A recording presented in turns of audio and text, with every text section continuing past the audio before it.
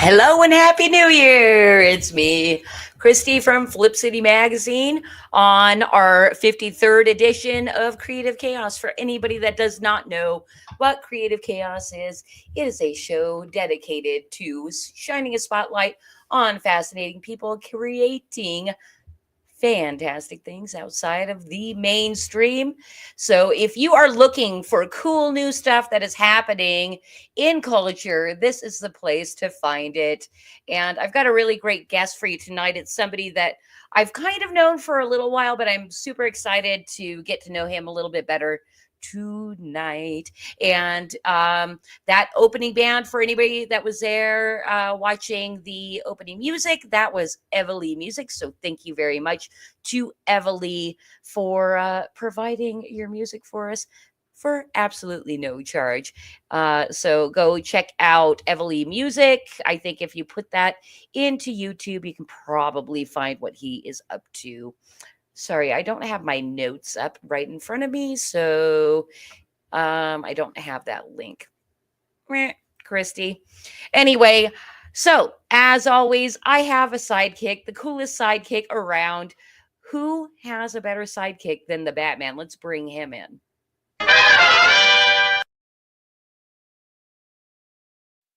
Hey, hey, hey. Batman! Happy New Year!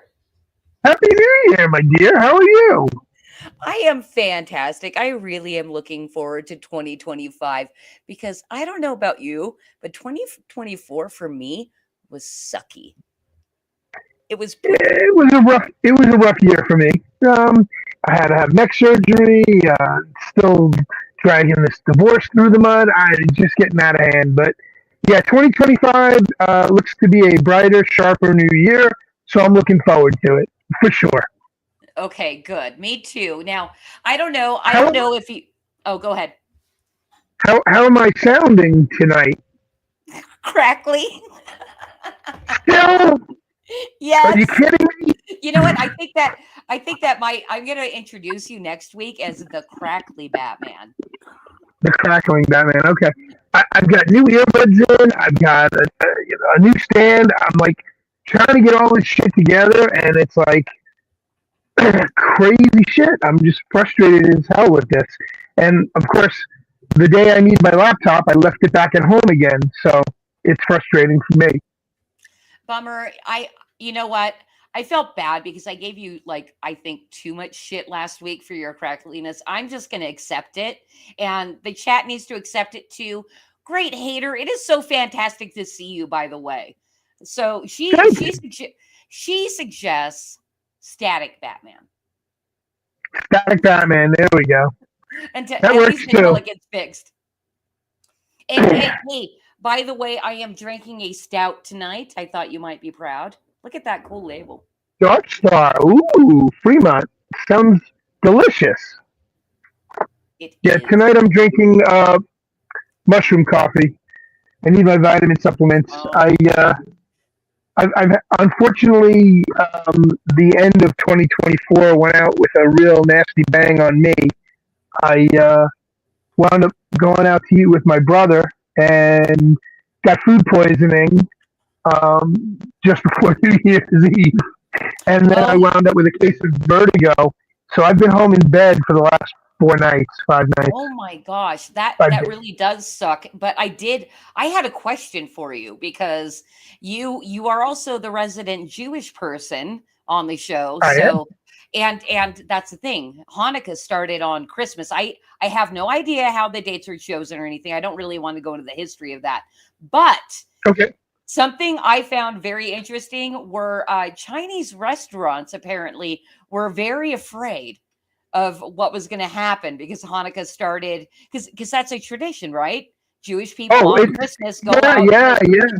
Chinese. It's you go for Chinese food for dinner and you go out to the movies for Christmas Day. So it's kind of like a whole wrapped up in one kind of package. Because yeah, so the Chinese places were worried because it was Christmas Day. Because Hanukkah started on Christmas Day, so they were worried of the loss of revenue. across the spectrum. I thought that was it was a funny little article I read, and I was like, That's that's interesting. I hadn't contemplated that as a possibility, but I see how that could be an issue. But honestly, Jewish families may celebrate Hanukkah, but they have 8 days to celebrate Hanukkah, and sometimes the Hanukkah parties don't always fall on the first of the Hanukkah start. The whole thing with the presents, that was kind of an Americanized gimmick because Christmas and Hanukkah kind of landed close to each other. They just happen to land on the same day this year, which happens usually once I think it's every 20 years or something. It lands on Christmas Day. Um, so just real quick, the Jewish calendar is based on the lunar cycle, whereas the Christian calendar is based on the solar cycle. So that's the difference. And in the Jewish, there you go. So in the Jewish calendar, it's 13 months every 5 years, not 11 months, or 12 and a half months. I forget what it is, but every 5 years the calendar cycles. So because the Jewish calendar is lunar and it takes time for it to catch up, that's why sometimes Hanukkah is really close to Christmas, or this year on Christmas, and other years it's like way early in December. It's like the 1st through the 5th of December. But that's because of the cycle of the lunar calendar, and that they add one extra month every 5 years, so to reset the calendar. So okay, fascinating. I literally said I don't want to go into the history, but you did, and I thank you for it actually, and I hope. I know I didn't want to get into it. I mean, that's the quick abridged version. That's the what was it? What were those books called when you could read the book that gave a quick synopsis of the stories of the plays? They were yellow. Yes, yellow with black trim on top and bottom. What were they called? What were they called? Cosmic Grandpa, I'm shouting out to you. No. Okay, well, maybe he'll get it before everybody else because he's not on the delay. Cliff Notes. Thank you, Nat Rain. All right. And that was the Cliff Notes version of the Hanukkah calendar, of the Hebrew calendar. No, I love this because Nat Rain just narrowly beat out our guest tonight, okay, with the whole Cliff Notes thing. Don't ask me to recall quickly. I used to be so much better at it. Yeah, we're not on too much of a delay. Anyway, on that note, I do want to say what is up to our guests tonight. Our chat tonight, with the first person checking in being the great Ben Sullivan, who is my friend. So I'm super excited to do this when we don't have the guests live. Okay, Ben? Hey, Ben, you're my friend. Ben, you're my friend. You're the best old Ben there's ever been. Never been a Ben like Ben. Thank you, Ben. Hello and happy new year to you. And so Great Hater, by the way, okay, the one that said Static Batman, Great Hater, I met through Woo's News, and we both love him dearly and wish him the best. I know he has been struggling being able to survive while making the most badass documentaries about January 6th and all kinds of truth stuff. So Great Hater, if you're still hanging out with the Woos, I haven't talked to him in a while, but I owe him a text to at least say Happy New Year.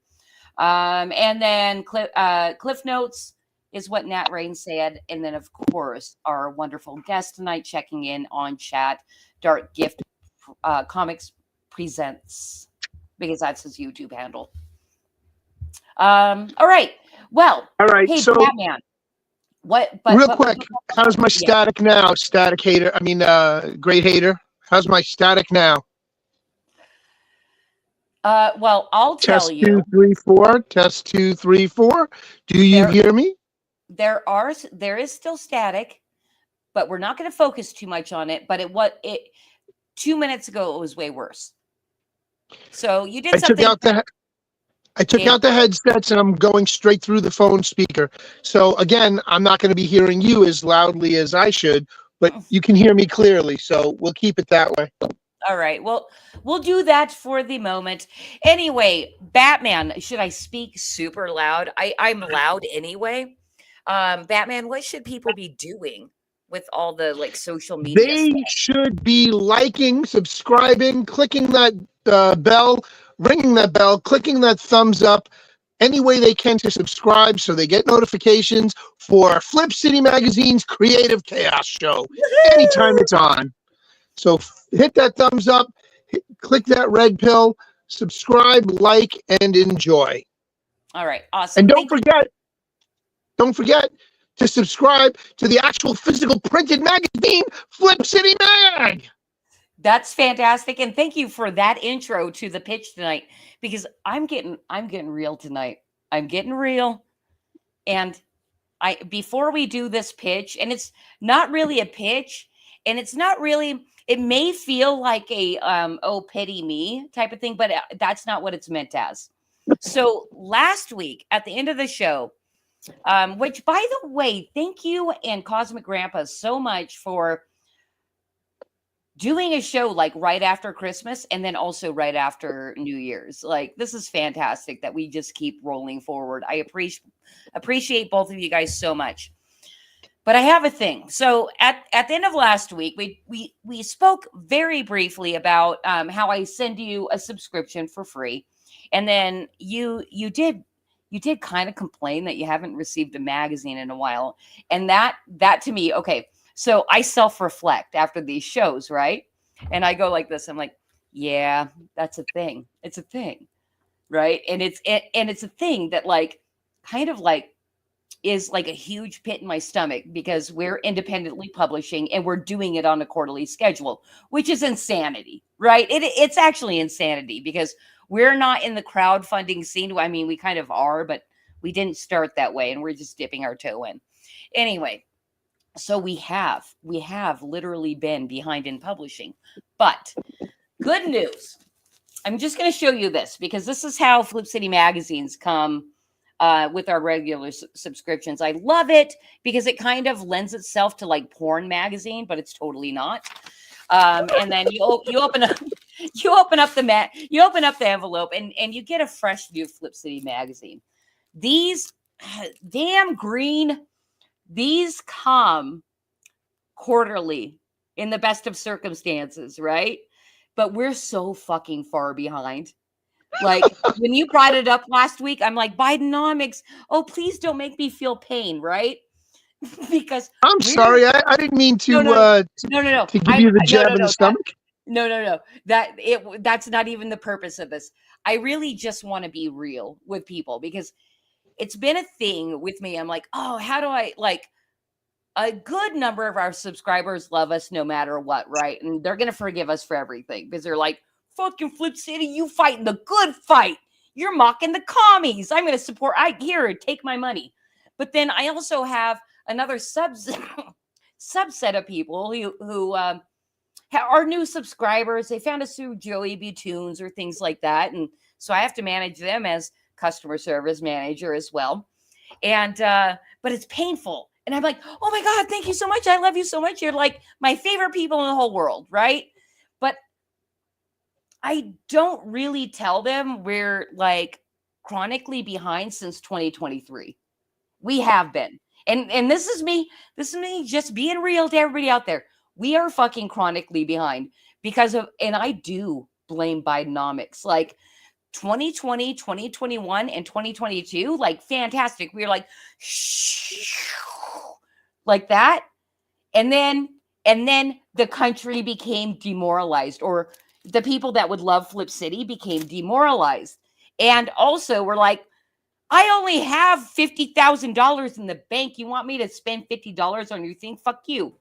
You know? So anyway, we're fucking chronically behind. This just came to us. They are shipping on Monday. And I'm going to show you this. And it is painful to show you this. Okay. Anybody that can see the corner, that fucking says summer 2024. This is what we're shipping out now. I guarantee you it is still going to be fucking funny, but that is how far behind we are. But on the up and up, and good news is volume 23 is complete and going to the printer. So basically, any of our new subscribers, you're going to expect volume 22 right around the corner, volume 23 in about a month and a half, and then hopefully volume 24 in a month and a half after that. Oh my God, I'm totally red. This sucks. But anybody that wants to help us get back on schedule, just go and buy it. It really is all revenue related. That's all. Okay. Mwah, love you. FlipCityMag.com. There you go. Yes, it was painful. FlipCityMag.com. Subscribe to the printed magazine now. Buy back issues. That's what's going to help us the very, very, very most. We have a ton of back issues, and I will love you secondary to subscribers. So subscribe and buy back issues, and I'm going to love you the most. Thank you, Mr. Self-Destruct, for the Flip City Mag and the lightning bolt. Even though, like, I literally had to admit how fucking embarrassing it is to be this far behind. It is not lack of ideas. It's not lack of talent. It is literally us scrambling to gather revenue to pay all the bills. That's all. It's lack of funds, thanks to Joe Biden. Thanks to Joe Biden. And, you know, I also kind of blame influencers too a little bit. You know, the people are like, I'm fighting commies. Oh, let me look at this magazine. Okay, I'll tell you privately that I really love this, but I won't tell my audience. That actually really, that's the problem. That's the main problem. That's crazy. Anyway. Okay, I'm super excited for our guest tonight. And I think that was probably the weirdest pitch in history. Why don't you bring him in and introduce him to our guests? I'm going to, and tonight I do not have an actual video or anything like that to show, so I'm just going to read him in. So our guest tonight is Anthony Romano, and he is a musician, artist, bartender, lover, collector, and publisher of comics. Besides working on and publishing his own titles, including Hunting Atlas and Dark of Midnight, he also publishes work by fellow independent creators, which means I have to immediately love him for doing that. When he's not busy promoting and fulfilling for others, Anthony hosts a weekly YouTube show formerly named The Comics Gate Slums, recently renamed to The Madhouse. And I'm a new panelist on that show, and I feel very proud of that. So let's bring in Anthony.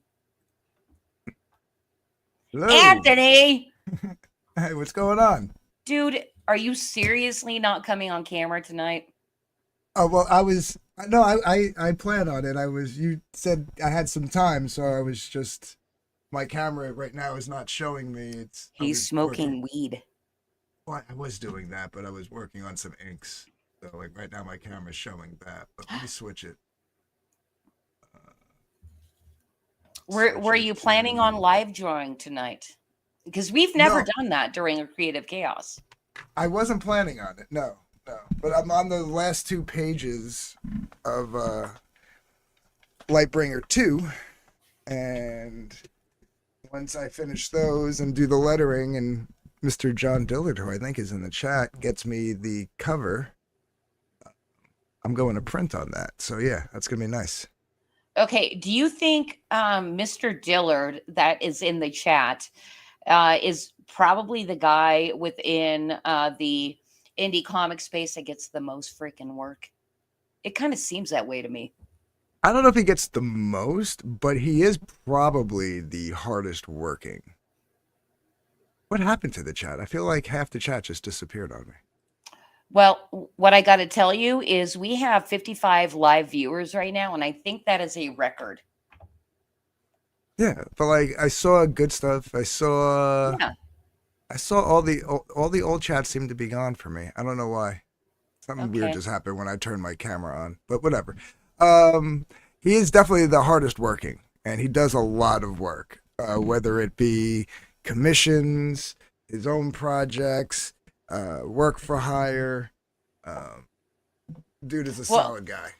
yeah, I mean, it almost feels because heard a short, kind of a short story about him stopping trucking and going to his wife saying, "Hey, I actually might be able to make this illustrating thing happen." So I can imagine he's still proving himself to the wife. Yes, probably, because we all know she wears the pants in the family anyway. So Anytime I've seen her in the chat, she's lovely. yeah, she's awesome. All Dylan right, will have you believe he's Mr. Manly Man, but I believe that she wears the pants. So.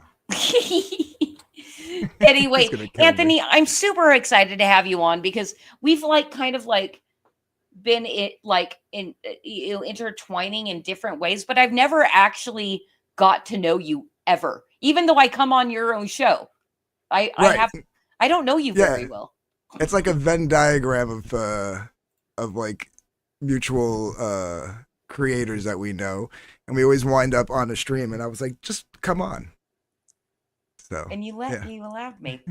yeah. Well, so I'm expecting we're going to have a little bit of fun tonight. I don't know if you're drinking, but I am for sure. Oh, are we drinking? I can go get ice. Yes. All right. Yes, Well, we let me are. go. Let me go get some ice. As Dillard calls me rude. I'll be right back. Hold on. I didn't realize All we right. were drinking tonight. Oh All right. yeah. Hey, It's the New well, Year's, baby, and I'm off. This is what happens when my guests leave. I get super scared. So make it quick, and I'll talk Yeah. to Batman. All right, sounds good. This is why, which by the way, I have brought this up multiple times. This is why I do Creative Chaos this way, because I cannot imagine being one of those talking heads. Like, hey, I have to entertain everybody. Oh, come on. You do a good job of that. I don't. I like to talk to people. That is the thing. And oh, by the way, Batman, I had to tell you, I was on a stream recently, last week's guest, Patrick, right? In the comments on our video, one of his co-hosts on Comicsgate Commandos is like, can't wait to have you back because I had went on their show. And please bring Batman. His mustache is fantastic. That's great. All right. Well, you got to let me know when. I got to see if I can work that in. I would come on a show. I don't, you see, when Cosmic and I were originally doing Three Beermen with the other guys, we were 2 days a week, and it was a lot of work. And it was a lot of work that I didn't have time for. So we couldn't maintain 2-day week shows. This is easy for me because I don't have to prep anything. It's just, I just have to be here and represent and bounce off of the artists that you bring in, the guests that we come on. I don't have to prep a lot because I have such a wealth of knowledge about the industry in general that it just comes naturally for me to throw questions at the guests. Whereas with, Three Beermen, we have to prep the show every time. We have, the beginning and end. And Cosmic's been doing a lot of the weight carrying for a very long time. So now that he's involved in this, and he's also retired now too, which helps. The fact that he retired from the brewery makes it a lot easier for him to be able to do things that I still cannot because I'm still running a business, 7 days a week. So that being said, I see our guest has returned, and I would love to get into Fanboy for us if we can jump into that right away. Yes, let's do that because I have no clue what his answers are going to be. So, Anthony, our very first segment is done by the Batman himself. It's called Fanboy.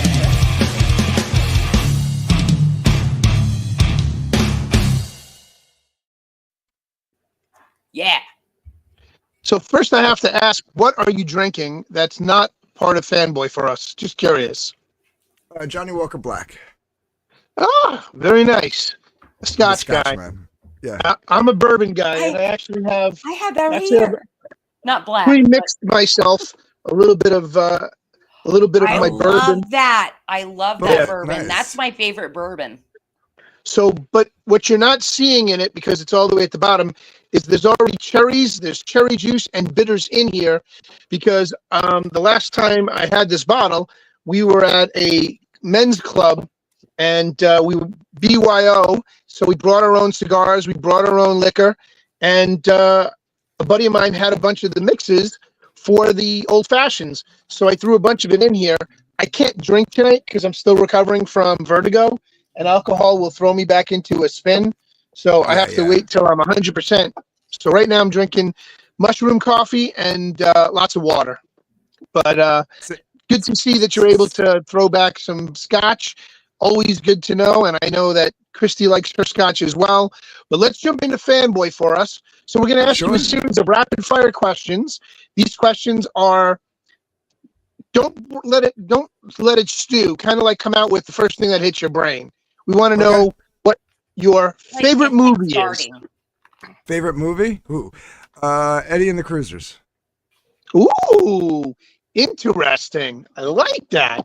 That's a new one. Eddie and the Cruisers is a new one on me. I love Eddie and the Cruisers. I remember the movie. Not something I'd watch many times over, but a good movie nonetheless. So that's cool. Well, as a Jersey boy musician that lives on the Jersey Shore, it's basically my life story. So, is that where you hail from, or that's where you live now? That's where I live now. Yeah. Very good. And Michael Paré with the mustache looks like my father. So. I'm sorry, I have to stop you. So you're not from Jersey? Well, no, I technically you would say I'm from Jersey because I only lived in Brooklyn for like the first 10 years of my life, and I'm gonna be 49. So I'm more of a Jersey guy than a New York guy at this point. So I'd agree with that. Well, you're not far from me. I'm out in Long Island, New York. So there you go. I'm up there at least once or twice a year, Mike. I got family up in Medford, so. Oh, very good. Okay, yeah, you got to go past me. I own a business in Deer Park. All right, yeah. All good. Hail Jersey. Hey, Michael Ferraro, what's up, brother? By the way, Anthony has 3 beautiful huskies.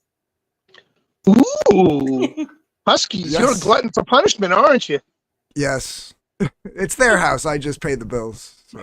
you just take care of everybody. Yeah, you just pay the bills. I know.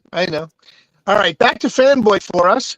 What's your favorite, or who is your favorite artist? Any genre. Could be art, could be movies, could be TV, whatever.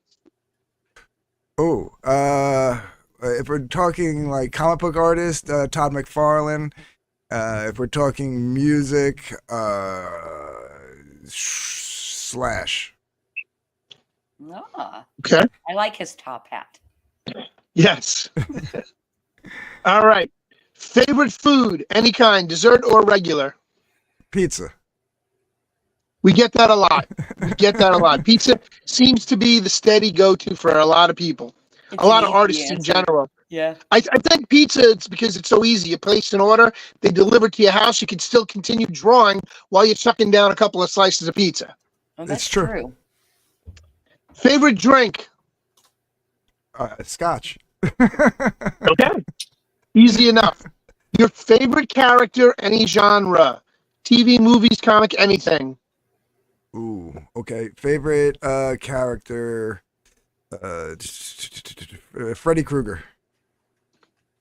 All right, a horror guy. And lastly, your favorite band. Oh, Typo Negative. What kind of music is that? I don't know. It sounds like it might be punk. And more like industrial. It started off as more like industrial metal, and then like evolved into goth metal. Yeah. I was gonna. They're on the verge of screech metal too. Sometimes. Yeah. When Kenny sang, well, they're not together anymore since Peter died. Right, but when Kenny would sing. Yeah, when Kenny would sing instead of Peter. Yeah. Yeah, they were. I would consider them industrial metal. Yeah. Because they started off as Carnivore, which was an industrial metal band in the 80s, and then in the 90s switched over to Typo Negative. The first first album, and then their live version, which was just re-recorded in the studio, and then threw live sound effects over it, and they totally fooled the studio. because they had a live album in their contract and they didn't want to do one. So they just re-recorded the original album and put like the sound of an audience at a nightclub in the background, and just like mixed it so it sounded live. And for like the first year the album was out, the studio thought it was a live album. But That's so that funny. album, That's funny. yes. So Slow, Deep, and Hard and Origin of the Feces is industrial, but then you get to Bloody Kisses, which had Black Number One on it, and then of course October Rust. Those were like their goth. They were basically the godfathers of goth metal. And then with World Coming Down, they started to get back into the industrial sound, with still keeping elements of the goth. So yeah. Does anybody know what? Our producer Cosmic Grandpa said his daughter is a huge Type O fan. Oh yeah, what you call it? I would say anybody who listens to rock or metal that's over the age of like 35 knows of Type O, if not is a fan of theirs. Yeah. Yep, absolutely. And then I'm more of an indie girl. Not Rain was just saying black number one. Yeah, I want to know what that is referencing. Is that like a song lyric? It's a song. The name of a song called Black Number One. It's Black NO.1, like the hair dye, Black Number One. So it's referencing goth girls and how they would dye their hair black. Because the lyric is black, black, black, black number one. She dyes them black. Yeah, So, yeah. It seems like Nat might be just singing in the chat now. Her roots are showing.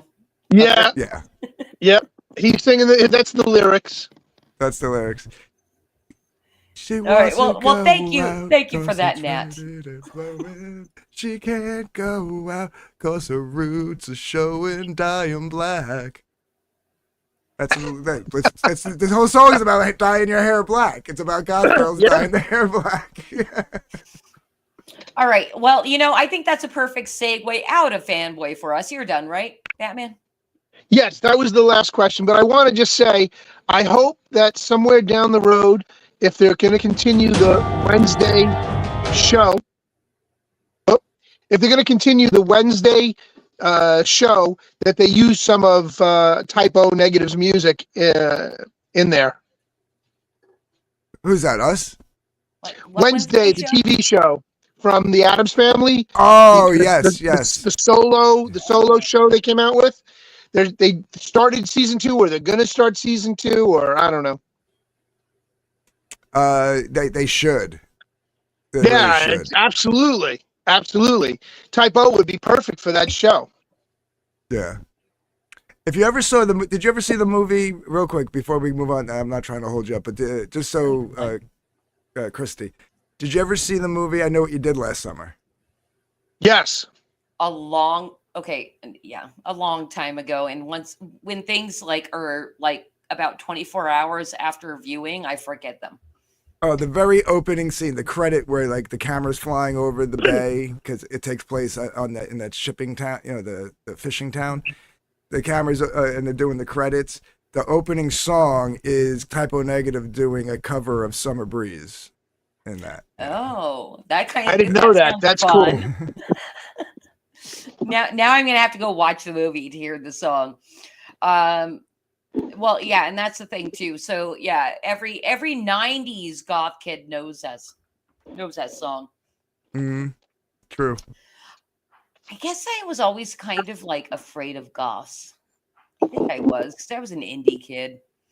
Anyway, I did want to take that as a segue, talking about music, into one of your creative passions, which is obviously music. I did go back and watch your open mic night from this year, and that was fun. That you had a lot Christmas of people one? come. Yeah. You had a bunch of people come on and do karaoke on your show for Christmas. But was that one of your first creative passions, music? Or I just kind of want to know your origin story. So I guess art was first. Music, it's kind of hard. They both kind of started at the same time. I guess I started drawing younger, chicken scratch drawings, but I enjoyed tracing and doodling and drawing and trying to draw all the cartoons that I liked, and then right around 9 I picked up the saxophone. Me And too. I'm a sax kid. yeah. I played sax, all the way, like I even played sax after high school. I was in a couple of ska and jazz bands, like Nice. yeah.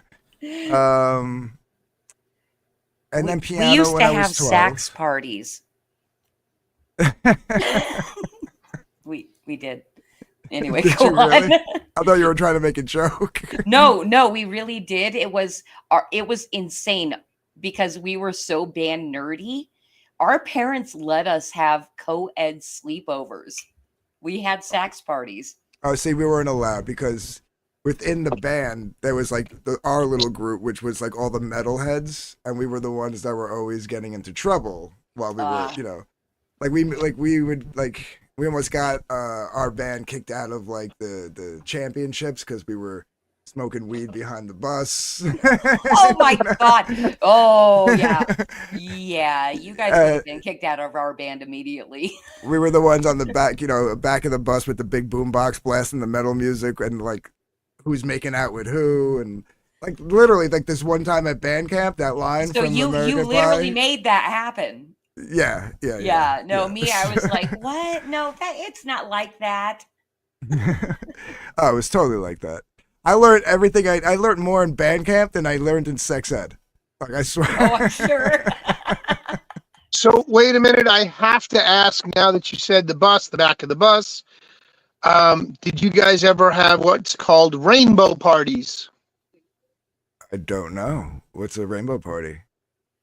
Oh, Uh, I think that has something to do with lipstick, different colors of lipstick on different girls. Oh, yes. Oh, no, that no, is- no. That's Yeah, no. terrible. We never had did one on a that. ski trip, a ski trip through the high school once, and it got pretty crazy. Yeah. Oh my God. No, you know why? You know why we never did that? Because my one buddy on the back of the bus coming home from one of the football games, him and the one girl who was in the color guard, they were dating, and she was going down, and we hit a bump, and Did she have yeah. braces on or? No, but when you hit a bump and you poor guy was bleeding a little bit, and so nobody ever attempted that again on the back of the bus. Wow. Now Oh, I do man. wonder about the color guard girls. Actually, I always did. But yeah, Oh, most of my girlfriends in high school were from the color guard. I think that's kind of how it worked out in band a lot, where, the girlfriends were the color guard girls. Yeah. Because they were easy. Yeah, pretty much. Anyway, I'm completely proud of being a band nerd, back in the day. We had good times. It was good. It was fun. Yeah, I mean, but music eventually took over for me. Like, and starting when I was like 16, I picked up my first guitar. It was off to the races. I was in bands for 20 years. Playing in the local scene, always coming this close and never really making it. But it was fun. We had a lot of good times. Well, what do you mean by coming this close? Like, were you approached by labels saying "sell your soul"? No, I wish I would have sold my soul. No, I wouldn't have. I say that now as a joke, but no, we knew better. But like just like rubbing shoulders with bands who did like eventually make it. Like I'm not even a big fan of theirs, and we only played with them twice. Who's the band? The singer dated that one girl who caused a lot of uproar on Twitter last year or 2 years ago. Eliza Blue. She dated the guy. They started off as a Jersey band, and they went out to California. Keep wanting to say 3 Days Grace, but it's not 3 Days Grace. My Chemical Romance. Oh, It might have been My Chemical Romance. they're kind of big. Yeah. I mean, just what you call it, like the one guy's band that like we always played. We didn't play. We weren't in the same band, but we played with them. Was the son of Sebastian Bach, and you know, playing at like I mean, I was actually playing a covered version of "I Remember You" when Sebastian Bach walked in the bar I was playing at. Oh, That that's was cool. that was pressure, especially since I don't have the vocal range that he does, and I slowed it down and sang it like 2 octaves lower. But he came up to me afterwards and like was like he dug it, so it was cool. Yeah, we had a good. Yeah. Well, so how hard did you grind on like trying to become, something in the music industry? I mean, there's so many avenues to take, because you can just be somebody that gets invited to jam with people and all that kind of stuff. I mean, how hard did you grind on that? I mean, the first 5 years we were playing out 4 to 5 nights a week, different places every night. Um, you know, working like a day job, sometimes not working a day job at all. Um, yeah, it was. The problem was it was our own fault. We were already starting to live because we were hanging out with a lot of like names that were getting big or were already big. Like I mean, like I said, like that night, like after that night, and then meeting his son, like every time I would see Sebastian Bach, the dude would be buying us shots. We were already living the rock and roll lifestyle, but we weren't rock stars yet. Right. So it was kind of our own fault, but it was Well, fun. That's funny because kind of the rock and roll lifestyle, as far as somebody that wasn't really like, a no name or anything like that. Tell me your craziest rock and roll lifestyle story. The craziest? Yeah. I think plenty of people, even though, you don't have a name or anything like that, if you're living the lifestyle, like you've got to I have a mean, there's crazy so many. story. I mean, I just pick one. um, inviting the whole venue back to my buddy, the other guitar player's house. So there was like 100 people, almost 200 people in this house that was not meant to hold 200 people. And just out of like the 100 to 200 people, like 80% were basically naked. There was like literally a mountain of white substance on the coffee table. I'm not going to say what, I'm not incriminating myself.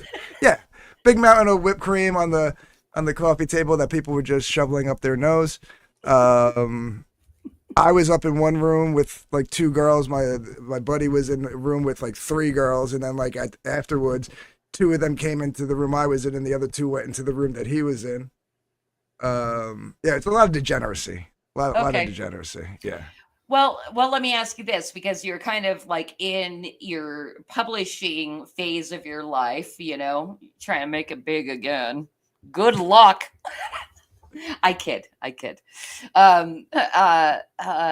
Do you prefer what you're doing now? Do you want to still trying to make it in music? I mean, no, I'm 49 years old, man. I ain't got time for that. Well, are you glad though that you didn't quite make it? That was more my question. Like, am I glad? Because it's kind of like rode hard, put away wet type of thing.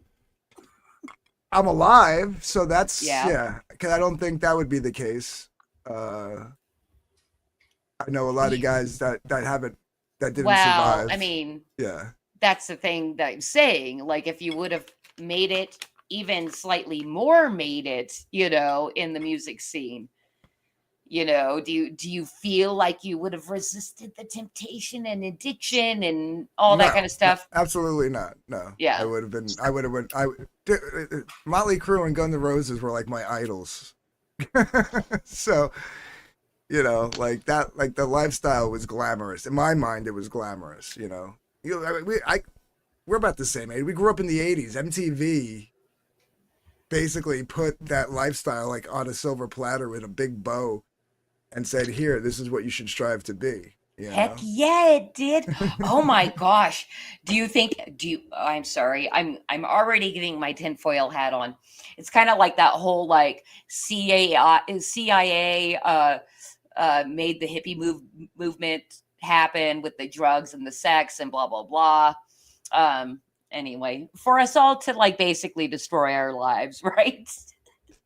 Yeah, but I mean, it was too fun. You know what I mean? It was too fun. Like, I don't regret a thing, and I'm glad like I was able to sway out of it when I did. Because like I said, a lot of guys that my in 2016, I put the guitar down for 3 years because my bass player passed away. He couldn't shake it. You know what I mean? Like, that was the final straw. My guitar player. So the band I was in had two iterations. There was the original lineup and then the second lineup, which ironically the second lineup were guys that I've been playing music with longer since we were kids. And the guitar player that I told you about, where we were up in, he was in one room and I was in the, he wound up passing away. And then when the second iteration of the band started with my childhood buddies and the bass player, once those two guys passed away, I was done because it was just like.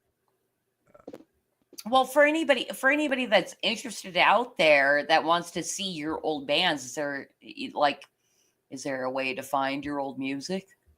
There is a YouTube channel called One Shot Too Many, but it's not really. It was more just us posting videos. I never like promoted it or anything because I wasn't really keen on the whole social media thing back then. But it's spelt with the numbers 1 and number 2. I could probably pull it up, and it'll have some live performances at certain little dive bars that we were playing at the time. Well, because that was the thing, Anthony, like preparing for the show, I knew that you're a musician and I have the opening house band. I'm like, oh, I need to find some of Anthony's music, and I could not find it. It's like, damn, that sucks.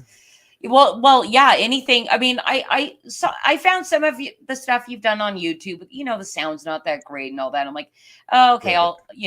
I'll pick somebody else. But it would have been something that would have been cool to find out about you, which I am going to segue right there into your website for our audience, anybody that wants to find out what Anthony's doing. My best guess is to go to darkgiftcomics.com. And you're going to find some of Anthony's stuff along with people that he's publishing, like our good friend, Doc Blaylock, who is also a musician, but apparently didn't get into the hard drugs. But he liked the pussy, apparently. I tell you what, any guy who picked up an instrument and says, I did it for the love of the music, is lying to you. They picked up an instrument because they wanted to get laid. They might have kept playing if they were a lifelong musician because of the love of the music. But initially, especially if it's like something like the drums or the guitar, like your saxophone, when you're a kid, your mom it was like, you're gonna learn to play piano or sax or violin, whatever. That might be a different story. But like if you chose to pick up the guitar or the drumsticks or something like that, you did it because you were trying to get laid. You might have, again, fell in love with playing music and stuck with it because of that. But yeah, you did it because you were trying to get pussy. That's basically. Yeah, I agree with that wholeheartedly, because even in high school band, you get pussy being in the band. I mean, absolutely. But the cool thing about this like comic book scene, though, it keeps me busy musically. Well, it did, not in a while, but the first couple of things I did before, like helping people publish their books or even publishing my own, was I did a lot of music for people's campaign trailers. So I did not know this. Yeah.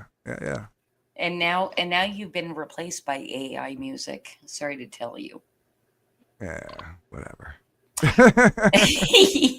Okay. Well, that makes. What do you think about AI, by the way? Because there's been so many freaking different opinions on this show in particular. Like, I'd love to know what you think about it, because I think one of the best comments I got, and I think it came from RJ from Critical Blast, was everybody hates AI until they use it for the thing that they're not doing. Like, for example, artists love it, or independent publishers love it to like make their music for their campaign trailer and things like that. So I'd love, You could because you you could have your hear. fingers in all the creative part. Like you're fingering all the creative, right? That's Anthony. That's how I feel about you. So do you There's just a completely reason. hate it? There's a reason why Skynet was the villain. That's all I'm going to say on the matter. There's a reason why Skynet was the villain.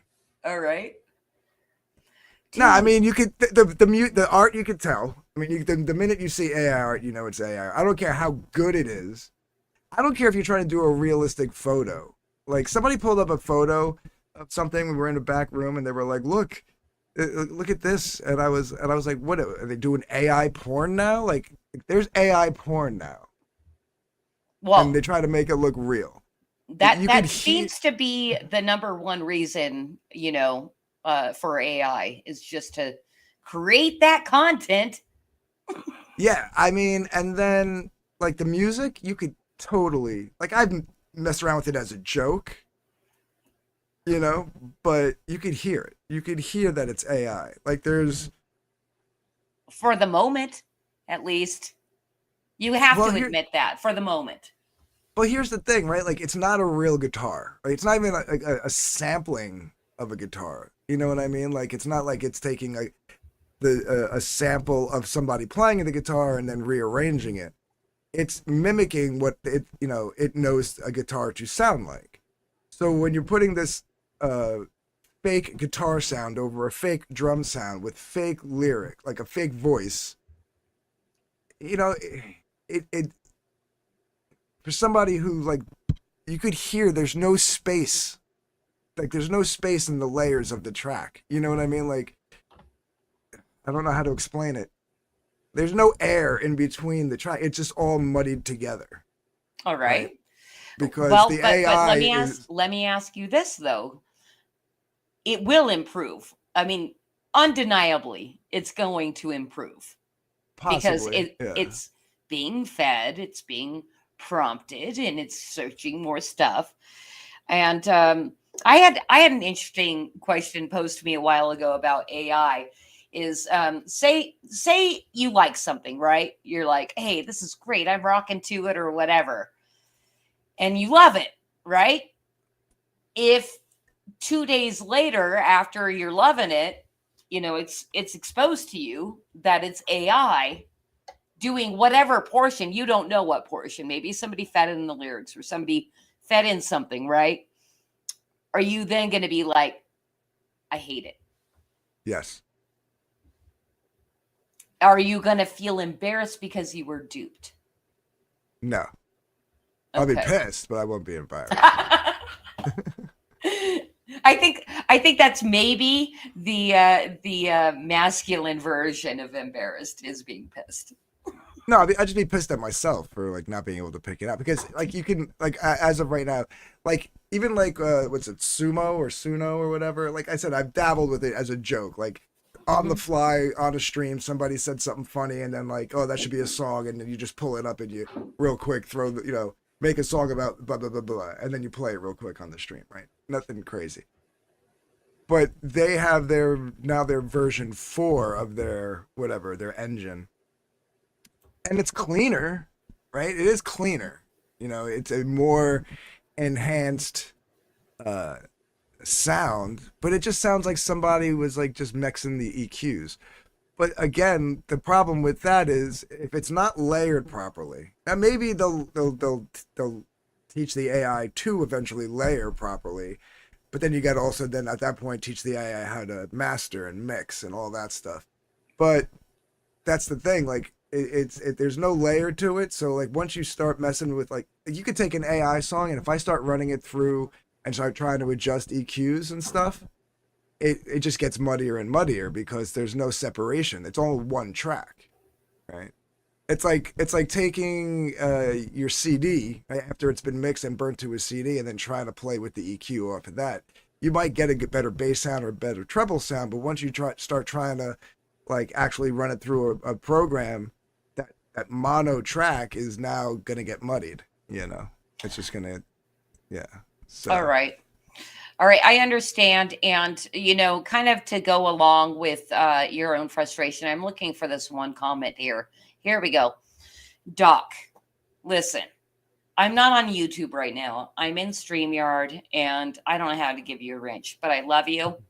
And I would say, and I think this is a testament to how much people freaking love you, Anthony, because me personally, like being West Coast, I'm scared of anybody from New Jersey, right?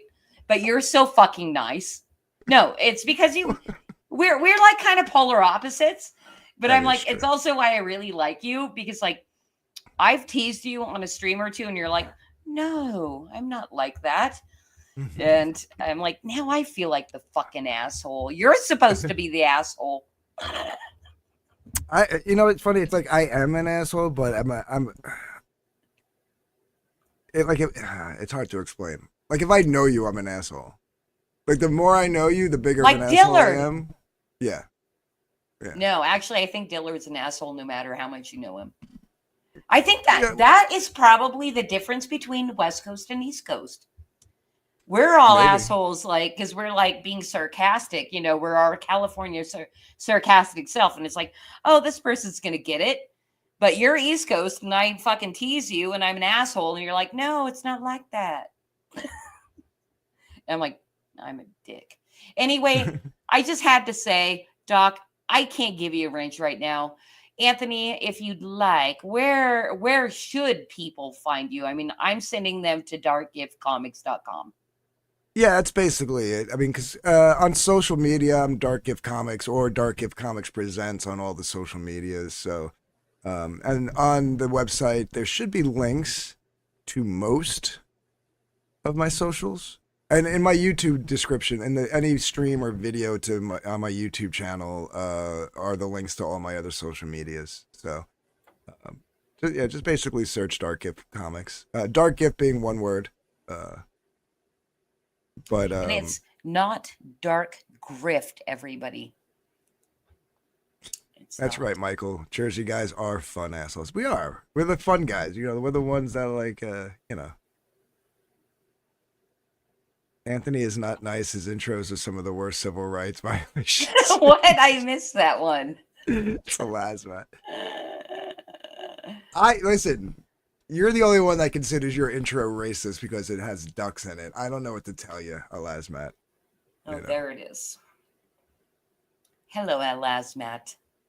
Hey, Anthony, I got to tell you, you are the biggest draw so far since we've gone over to StreamYard. I see 66 people are watching.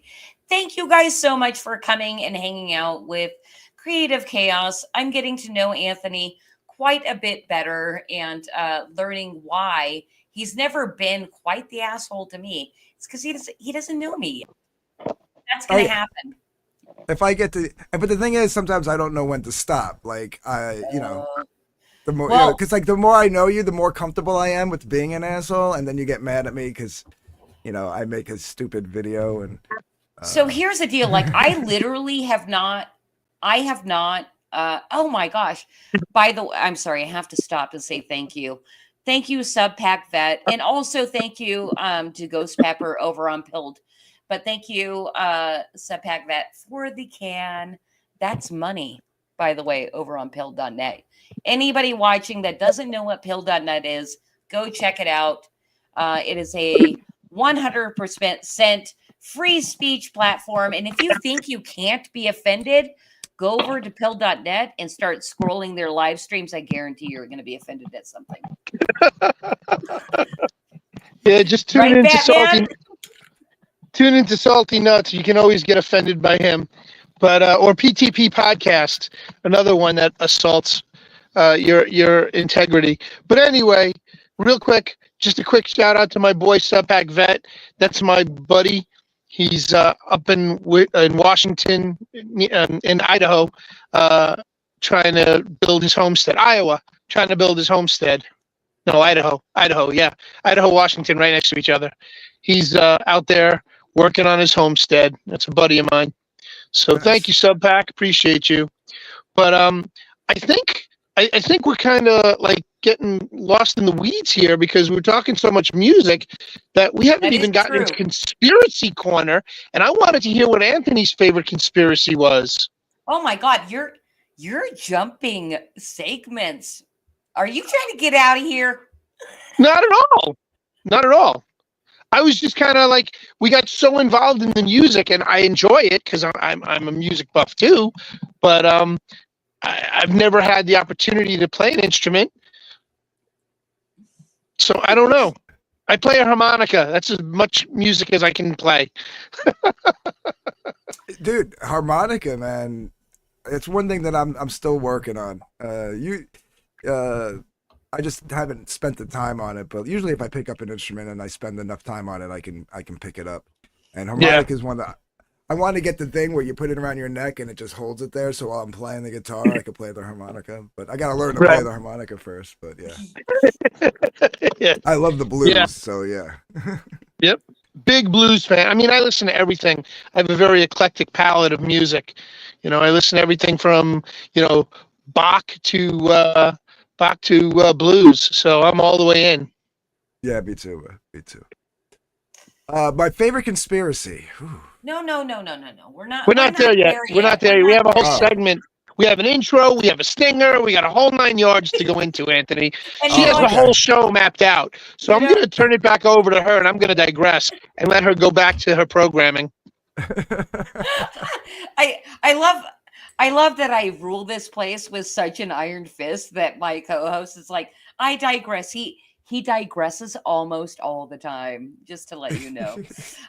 No, here's the thing. We haven't even really talked about your publishing because I thought we were going to spend a lot of time on this, but we did talk a lot about music. So you are officially a publisher, right? And I put Mhm. that in quotes because I'm a publisher too.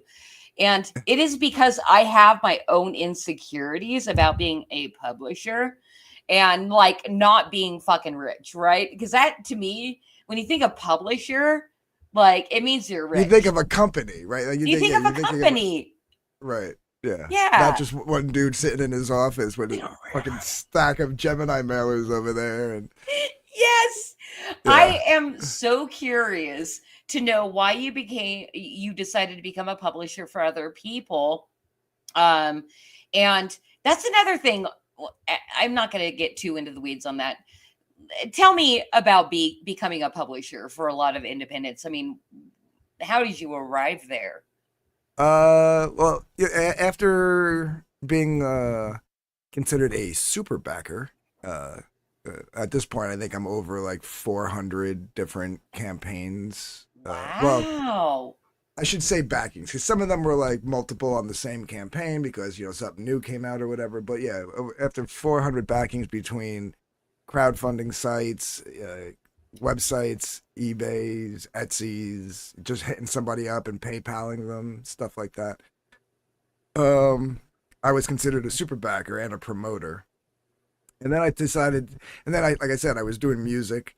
So I've done like, between like people's YouTube channels and their campaigns, I've done like maybe 10 to 12 songs for people's like intros or trailers or whatever. And then I decided to like take my stab at making a book. I teamed up with somebody, a writer, and that's Hunting Alice. And as that was going on, maybe like a year later,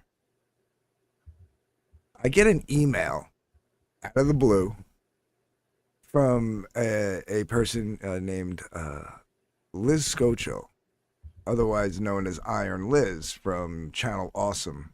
If anybody knows their internet lore, it was one of the first commentator channels out there. Commentator on what? Pop culture. Okay.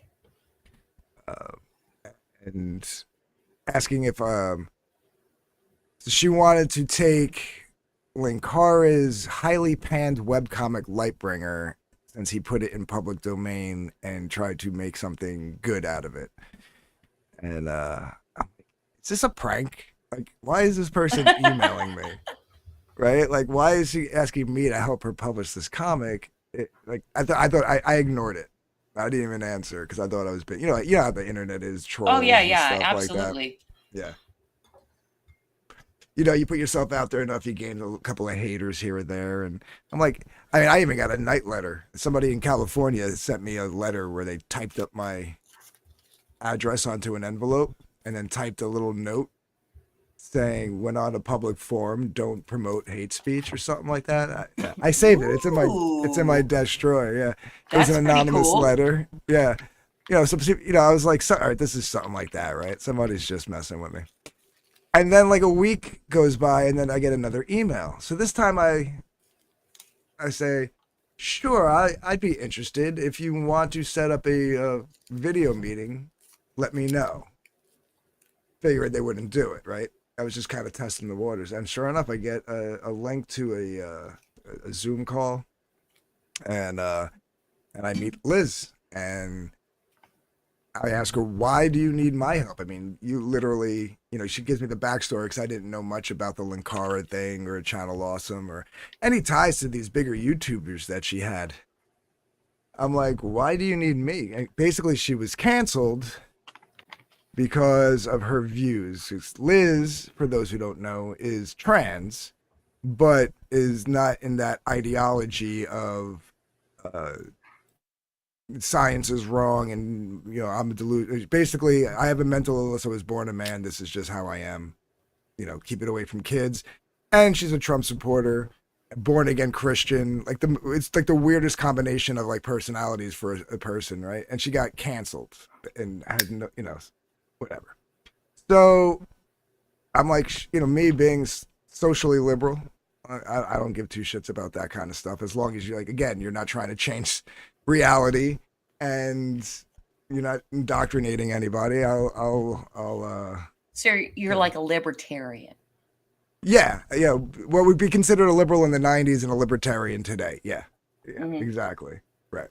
So we get to talking and I'm sitting there thinking, I'm like, am I ready to publish for somebody else? I barely know what the hell I'm doing on my own, But I was like, I remember a conversation I had with my sister and brother-in-law who were making excuses for not having kids yet. They were like, oh, we're not ready. We're not financially this. We're not that. And I remember saying to them, if you keep making excuses, you're never going to be ready. You know what I mean? And I decided to take my own advice. And boom, we went for it. And as we were in the middle of that, I had met Doc. And Doc, who's a boomer when it comes to like half the stuff, technology-wise. I accept him as a Gen X, by the way. Like in about half of what Doc is. I think he's Gen X. I say boomer in the colloquial internet. I term, I knew what you meant. I did. Yeah, not as in baby boomer, but well, I don't know. How old is Doc? 80? Maybe he is a baby boomer. Oh, hey-o.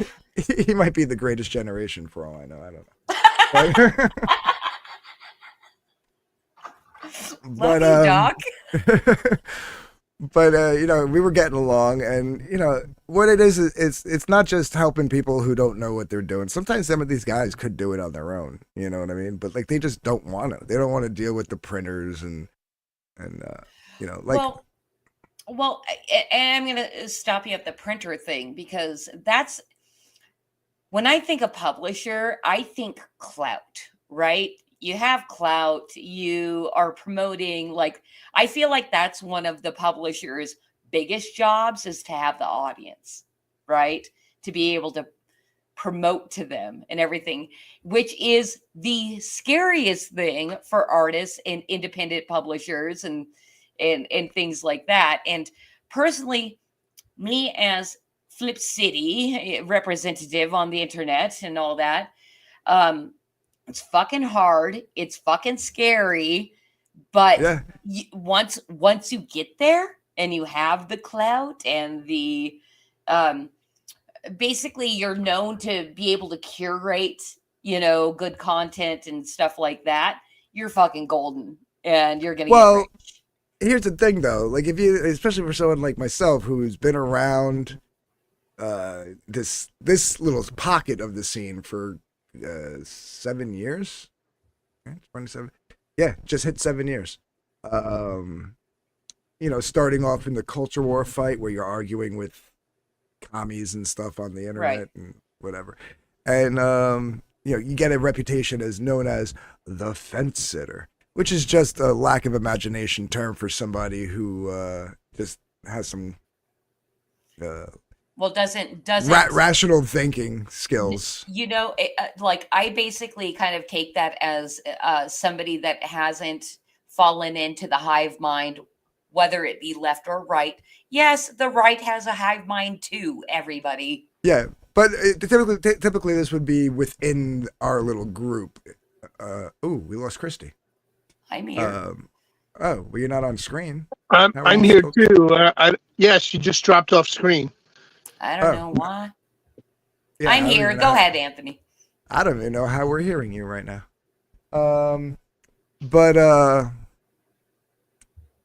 Yeah, like if people were beefing and I'd be, it'd just be like if you have like a certain idea. Like I have opinions. Sometimes people just don't like my opinions, so I keep them to myself. Or oh Lord. Ooh, what's going on? I don't doubt for a second. StreamYard's acting up, or Cosmic lost control of the show. Weird. Let me do this. Go ahead, Anthony. Keep talking. Yeah. So like, just what is going on?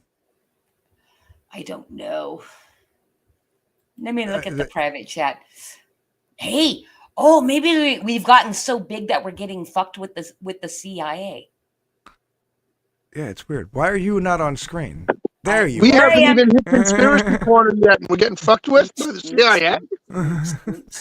I'm doing doc now. Okay. Well, yeah. So the fence sitter moniker is just a thing, right? So a lot of the audience that you garner sometimes, like half of that is like hate watchers, right? So it's like you kind of have to understand that, like, okay, if you have X amount of subs and X amount of followers and on social medias here and there, just in my mind, I gotta go 50% of them are probably hate watchers. So I'm really only working with X amount of people, and from there I have to still I gotta still put in the work. I still gotta go out there, and as much as I hate it, but you gotta do it. You gotta put those little promo tweets out there, and and join as many groups as you possibly can, with the hopes that one person in like a group of 100 and something people will share your tweet out or whatnot. So DG, you should check out Dead Internet. Oh no, I know Dead Internet Theory. That's like the theory that like 90% of the internet are all bots. They're not even real. Yeah. I mean, that. Hello, Mindy, by the way. Hello. Yeah, that's probably true too. You know what I mean? So like, let's say that's true. So let's say like 50% of your audience are bots, and then like 50% of the live viewers are hate watchers. Now you're dealing with like a quarter of your audience are actually fans and possible customers. You know what I mean? So you literally have to build up and keep building. Like, you can't settle. Oh, I have 2,000 subs. Oh, I'm good. No, you're not good. Like, just keep going. Keep pushing, keep finding new corners to circle yourself in. It gets tiresome, and sometimes you get placated, and you kind of stay stagnant for a little while, and then you gotta like 2024 was me revamping my mindset for most of the year to a all-inclusive indie channel, right? Like, and that's why like having you and Bat Sauce join the show is actually productive to what I've anticipated since May, when I started changing the name of the show. I went from CG Slumlords to Indie Slumlords, and now Madhouse Slumlords podcast. But the Indie Slumlords thing, a lot of people took it as a slight. It wasn't a slight. It was a. I actually kind of love the name. Yeah, I wanted to get authors and musicians, anybody indie, to be a part of the show, not just comic book people. Even though most of us are comic book people. For sure, because I think even it might have been a tweet or something that you had said online saying it's not just comics, it's magazines. And I'm like, hey, that's me. Yeah, I'm a magazine. But it is Magazine a comic publishers. magazine. But still, I mean, it's a magazine, right? Like it's not your typical format of like let's put together a 32-page comic or a 68-page graphic novel, or you know what I mean? Or it's a whole different beast, and it's a whole different mindset, and it's a whole different outlook on what you're going through within the indie scene. That's a cool voice to have on a show where we're talking about pop culture and stuff like that. You know what? I'm going to take this as a perfect segue into mansplain, because you've basically been mansplaining this entire time. So we're just going to get into that segment right now. So, talk with your hips. I said, shush, girl. Shut your lips. Do the Helen Keller and talk with your hips. I said, shush, girl. Shut your lips. Do the Helen Keller and talk with your hips. All right. I don't think we've played that stinger before, so I'm shushed. But I thought, the path that you were going down before we entered the segment of mansplaining is for a publisher, trying to make noise on the internet of like, hey, look here.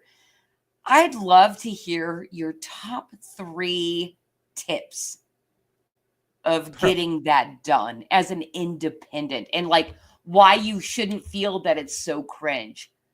Because it feels cringe, right? It feels cringe. Yeah, it's all cringe. Here's the thing. I take a lot.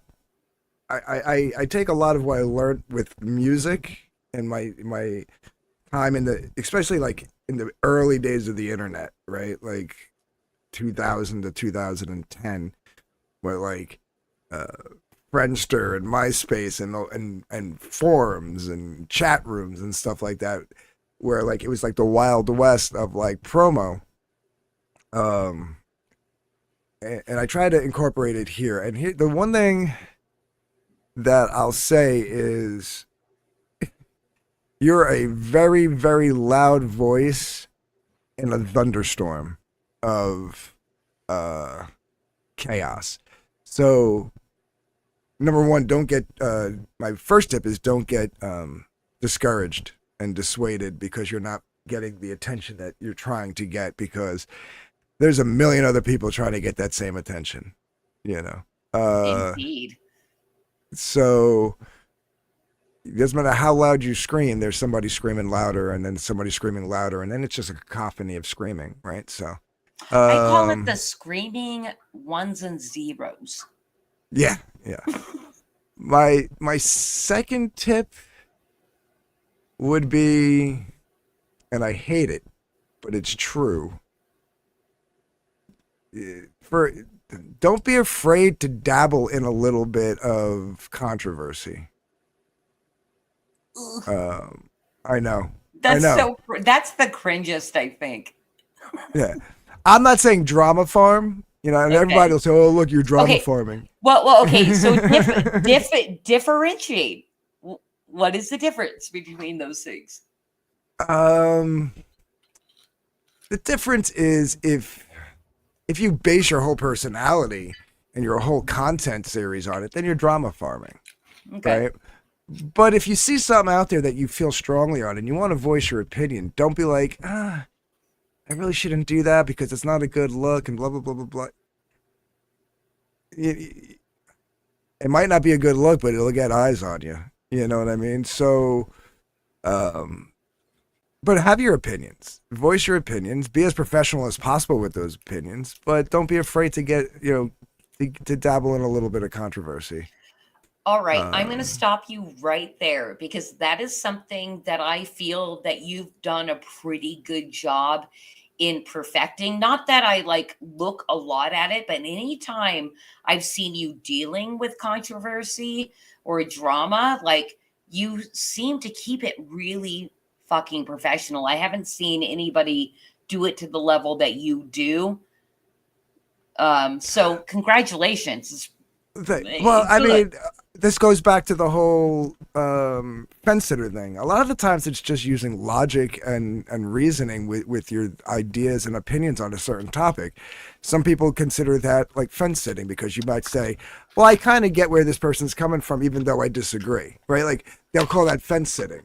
But it's just me looking at a bird's eye view at the bigger picture of the situation, right? Like it also kind of seems like humanity, you Yeah. know, like, yeah, don't be Right. fucking reactionary. Yeah. So I but it's like, I don't know. I guess the internet is built a certain way, and if they either want like total compliance with their idea or total compliance with this idea, whatever. I don't concede to that. And besides the fact, I'm not looking to offend 150,000 people.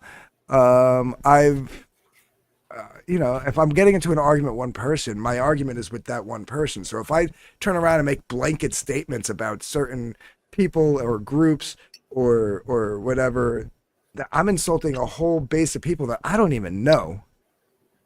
Some of them I might actually be friends with. Some of them could be customers. Some of them could be audience, fans of my music or my shows or whatever. You know what I mean? So, Listen, is that me playing the game? Maybe, but at the same time, it's like, again, even if I wasn't selling something or you're trying to gain a YouTube following or a social media following, I wouldn't want to insult somebody for the sake of insulting somebody, just to get at one person. well, Right? I wouldn't want to insult you two just to get a doc, right? Like, you know what I mean? So I wouldn't, you know what I mean? And I say that because you're on Doc's show. So if I turn around and said, oh, Doc's show and all the people that hang out with him are a bunch of losers and blah, blah, blah, blah, blah, that includes you, which, then by, association, Bruce, who I just met, is now I just called him a loser, and now Bruce is going, what the fuck did I do? Like, why is he calling me a loser?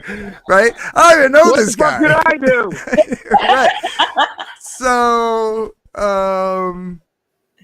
yeah, it's really weird how, and you see grown adults acting like juveniles, and then being upset when you kind of even like politely say that to them. Like if you're friendly with them, you can just politely say, dude, I think you're being a little childish on this one. And then boom, they are no longer your friend. You know what I mean? right.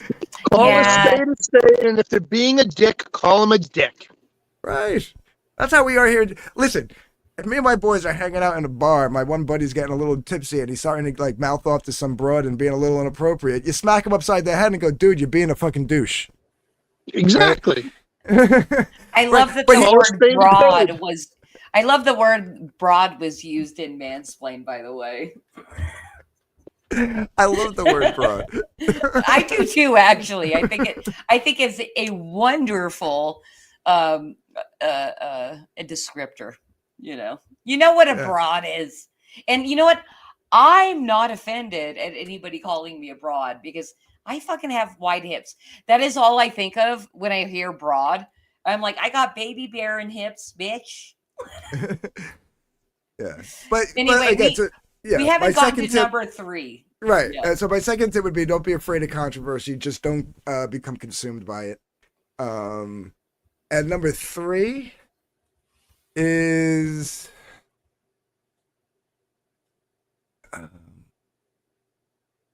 Do you remember what the question was? Because I don't. yes. I'm trying to think of what my good. third tip, a third tip would be. I guess a third, because those first two are like ones that I think about all the time, but this one I guess is, I know it's the internet and everybody has to like kind of amp up their personality a little bit, to put on a show, so to speak. But really, just be yourself. Be passionate about what you're doing, but don't be robotic, right? Like, I used to do it too. I used to do those hour-long shill streams where you do it kind of like this, where we're just shooting the shit, but then in the process, you're also talking about the book and like, let's go through every tier and every this and blah blah blah. And like 7 years ago, that worked. You know what I mean? 7 years ago, people that were new to this scene, which most of us were, never seen an Indiegogo campaign. So it was like getting a step-by-step lesson on how to go into this page and pick out what you want and then go back it. And Right. we've all seen it now. We all kind of know how to deal with it, whether it be Kickstarter, Indiegogo, Fund My Comic. We don't need to go through every tier. We don't need to go through like every like nuanced version of why you came up with this character and how long ago and this. Like I get it, and like, you know, a lot of that's important. A lot of that can come out in a natural it can come out in a natural conversation though. If you're like robotic and you're just going through like this scripted sit down of like so when did you come up with the character? What's the inspiration behind it? Like not like it should be natural. Like that information can come out naturally.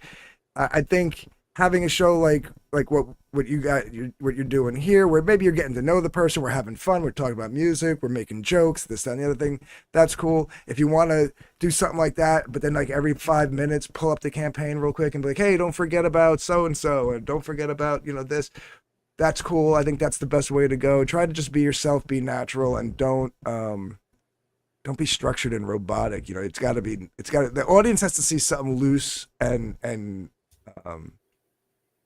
engaging and natural and organic for them to be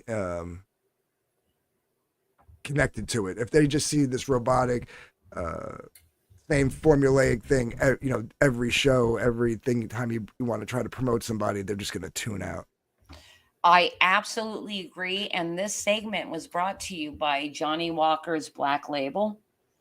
It's going to help you become more genuine.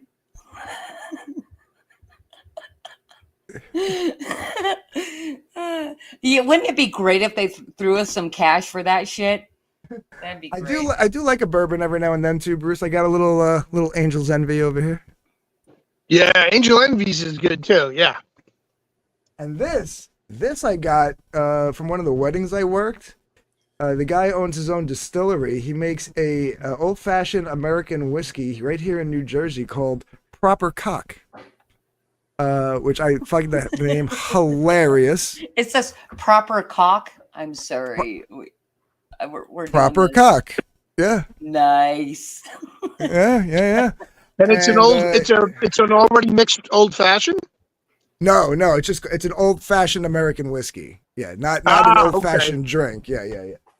Gotcha. Basically, along the lines of like a Seagram 7 or a Jack Daniels, you know, although they're not, right, the old school. Mash.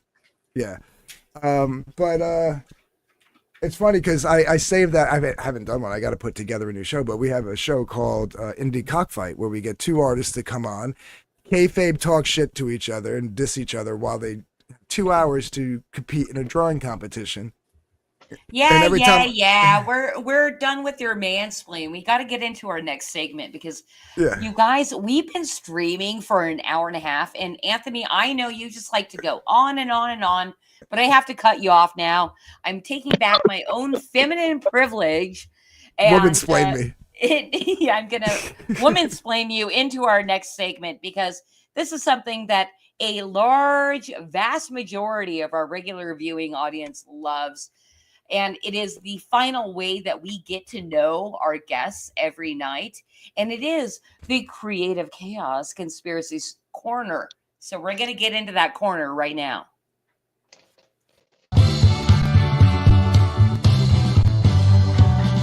I want to live with a conspiracy girl. I could be prepping the rest of my life with a conspiracy girl. Those weren't aliens. All right, so we are now in Conspiracy Corner. I have no clue how much of a conspiracy theorist you are, but basically anybody with common sense is basically a conspiracy theorist these days. And we've got Levi popping in here saying, "Spin it, damn it." And I don't think you have any clue what you are in for tonight. Basically, we came up with a conspiracy wheel, right? Okay. And we're going to bring it up right now, and I'm going to explain the rules. All right.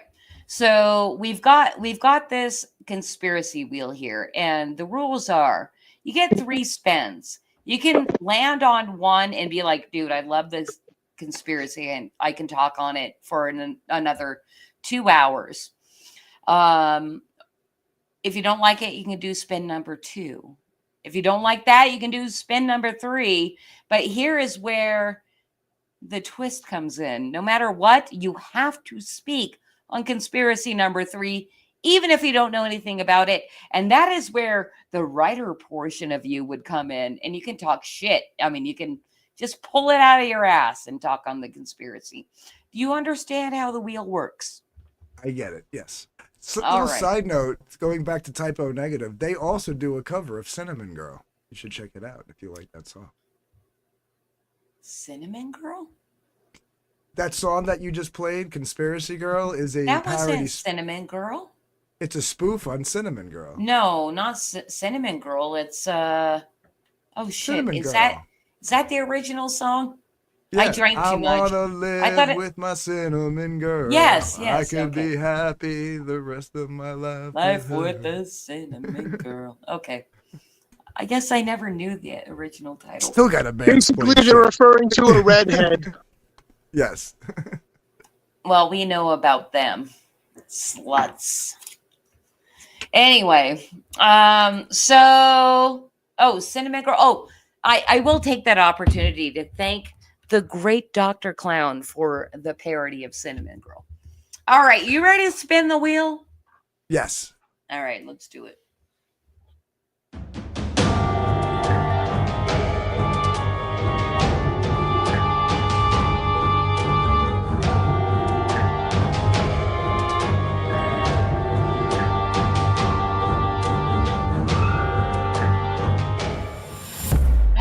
You got cue drops.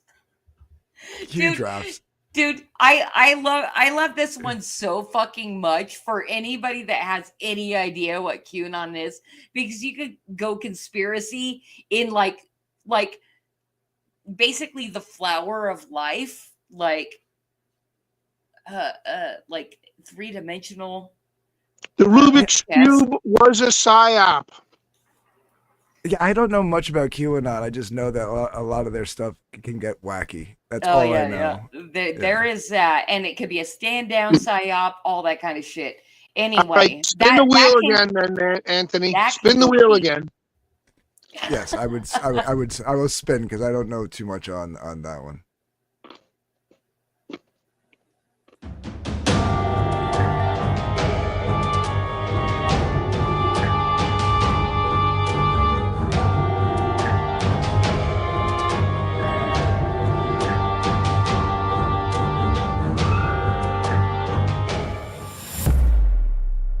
Oh, we're That's a so big- close to psychedelics. Oh, I'd love to talk about that as well. But MK Ultra's pretty good too. Yeah, that's the brainwashing one, right?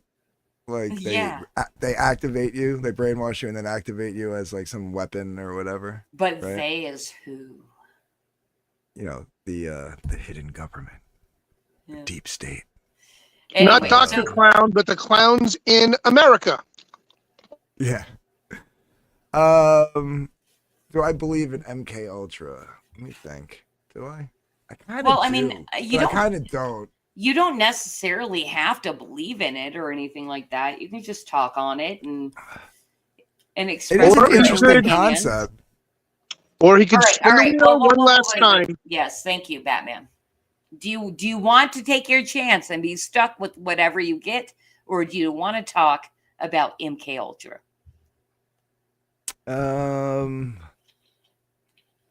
You know what?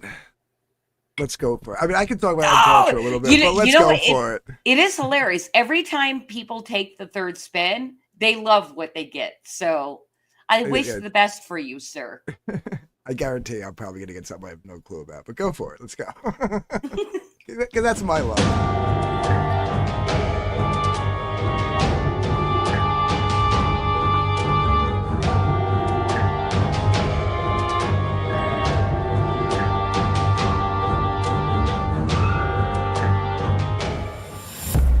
Skinwalkers. All right. We've never landed on that. So let's find out what Anthony thinks about skinwalkers. I love the Skinwalker Ranch, by the way. Skinwalkers. All right. I mean, it depends on which version of the Skinwalkers you go with, right? Like, Well, what are the versions? well, I mean, there's the metaphysical one of like these like alternate dimensional beings walking amongst us as our like as humans. Then there's the supernatural, like your typical like werewolf or what have you. You're typical. Oh, that boring old werewolf. So I mean, but I find the like the lizard people, right? Like they're skinwalkers technically. Yeah. All right. While you think about it, can I tell you an anecdotal story about Sure. skinwalkers? Okay. Yeah, go for it. I rarely take over in the conspiracy corner, but Skinwalker has a special place in my heart because it's never been a thing that I've thought much about. Same thing with like hybrids or fuck, I can't think of the word. It doesn't matter. Anyway, so I live in the mountains of Southern California. Beautiful fucking, you people that hate Southern California, I feel bad for you because like you don't even know. It's wonderful up here.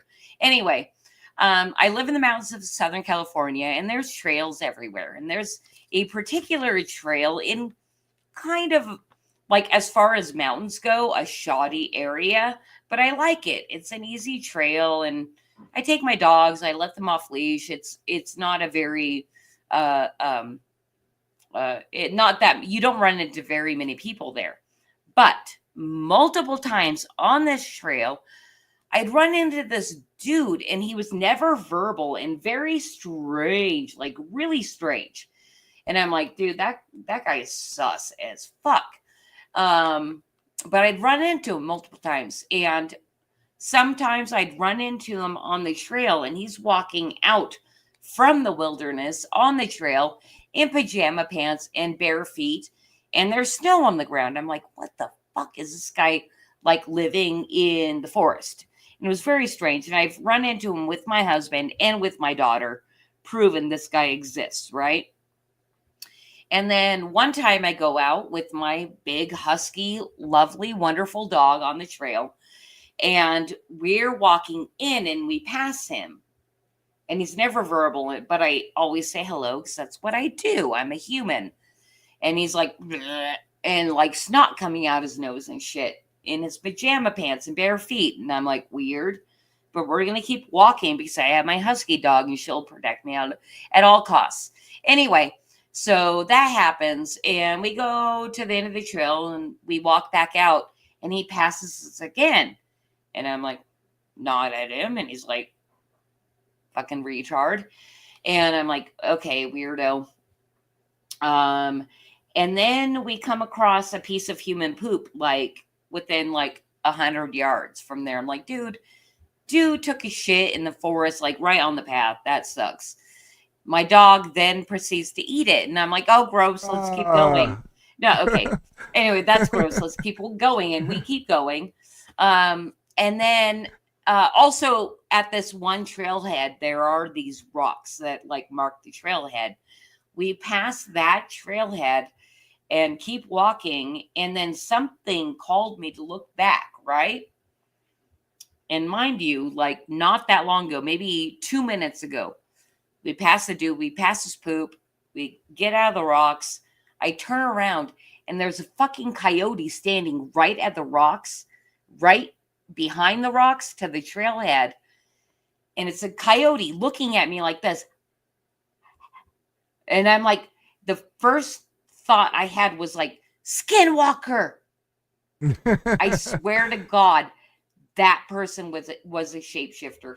Like, I'm convinced, only because of the thought that immediately entered my head after seeing this guy multiple times over years doing weird shit in this forest over and over and over.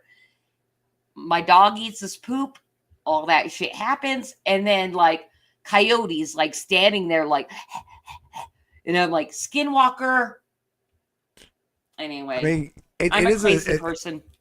like so it like okay, so we're talking about like that version of Skinwalker. So that is a southwestern thing, right? I think Like, it is actually where like the people actually transform. yeah, like the Navajo and all that stuff.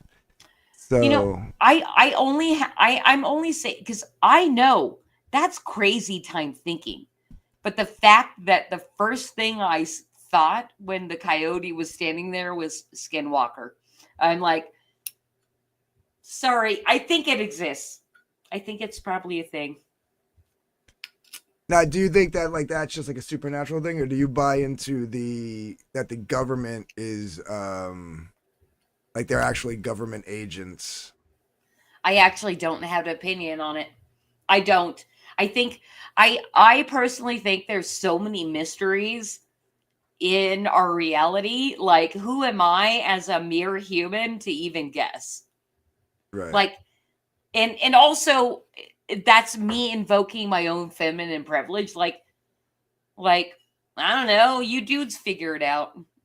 Well, because there's so many, right? Like that, like they're government agents that they're just being used to intimidate people around the Navajo reservation and stuff like that. And like I was saying earlier, like the like extraterrestrials, you guys, you could say like lizard people or whatever. Um, but what you call it? I'd like to believe that just as a natural course of history, there have always been skinwalkers. You think so? Yeah. I'd like to believe it. I've never seen one. Well, let me ask you this. Have you had anybody tell you any personal stories of that? Yeah. I mean, I've had You somebody, have? yeah, like say like, oh, I think I saw, what they thought was like a werewolf or some kind of animal that was then like all of a sudden, like there was a guy and the next thing you know, there was an animal there, like where'd the guy go, Right. So that kind of stuff. Nothing like too in depth or anything. Just like, yeah, like I never experienced that. Like I got chased through the woods by what I thought was either a wild dog or a wolf, and it seemed super intelligent for a wild dog or a wolf. And there's not really many wolves in Jersey, so yeah, probably more like a wild dog. But Okay, I'm sorry. Please back up about 2 to 3 steps and tell the story. What of the wild dog? Yeah, the wild dog. Like, what the fuck happened? Just young teenager, 13, 14 years old, hanging out in the woods, and then I go to leave. It's getting dark. Next thing I know, there's like a growling, and like I start biking through the woods quicker down this path, and this big dog. At the time, I thought it was a wolf, but like I said, there's not many wolves in this part of Jersey, so if in Jersey at all. And so and like I sped up and I did like a rope-a-dope, like to come back around and go back the other way, and somehow this dog not only rope-a-doped me but like did a double rope-a-dope by like going the opposite way and coming out, like now I'm in the opposite direction and this dog comes out in front of me but from the other side of the woods. So it was very intelligent, like it was super intelligent, and then I want to my know what God. aptitude test you administered to it to find out its intelligence. Well, because like if anything, this dog should have either kept going straight, or if it heard me or saw me or even smelled me, should have like turned left like I did, and came and should have been still behind me, if anything. But this dog went right, came back the other way. Now, away from where I was. So, like, no visual contact, no audible contact, and then came out in front of me. Like, I don't even know how it got past me. I was hoofing it on that bike. You know what I mean? Like, I was. So, and then when I got to the edge of the wood line and coming out of the woods and then into the clearing, it was just gone. Like, it was barking behind me. I leave the wood line, and then the barking stopped, and like an idiot, I stopped and I turned around and there was nothing. Okay, that's pretty freaky. And I'm going to take this opportunity to ask Batman, because Batman, I rarely actually bring you into Conspiracy Corner. And I know you're an animal guy and you have your pet hotel and everything. Do you have any kind of similar experience? And you are muted. So you're asking me if I've ever had a skinwalking issue or dog? I mean, well, we kind of went like the dog path, right? Between me and Anthony. I mean, do you have Yeah. any kind of similar experience? And you are on the East Coast and I'm on the West. Well, we do have, like in Jersey, we do have a series of coyotes that could be somehow crossbred with larger canine lupus style dogs. So it is possible that it was a wolf coyote hybrid in your area. As one of the chatters pointed out earlier, somebody named Ryan, something Ryan, Kevin Ryan. So, but as far as that goes, the only real, crazy dog story I have was the one of my uncle's dog when he tried to rip off my arm at the age of 3 and gnawed on me and decided to peel my arm back like a banana. I was 3 years old, but she wasn't letting go of me. And I'm sorry, I'm laughing at your like mauling experience. yeah, yeah, I was a little kid, and so it was crazy experience. But that's the only real like crazy dog. I've got dog stories here, left and right and sideways, but nothing crazy, nothing like obscure, bizarre. So the dog bite was the most bizarre thing I've encountered. I have a more Okay. benevolent story that comes to like a weird dog that could be skinwalker-ish. Okay. Go ahead. So I was about 11, and at that age we're like just hitting junior high, and like the hierarchy of like kiddom is happening, right? Who's like bullying who and stuff, right? So there was these older kids, and they were like older. They might have even been in high school, but they were just fucking with me as I was walking home one day, and I'm walking. Like, I wouldn't even say it was like a wooded path. It was like concrete. It was like a concrete path that just kind of cut through this like little wooded area between the one elementary school and the church.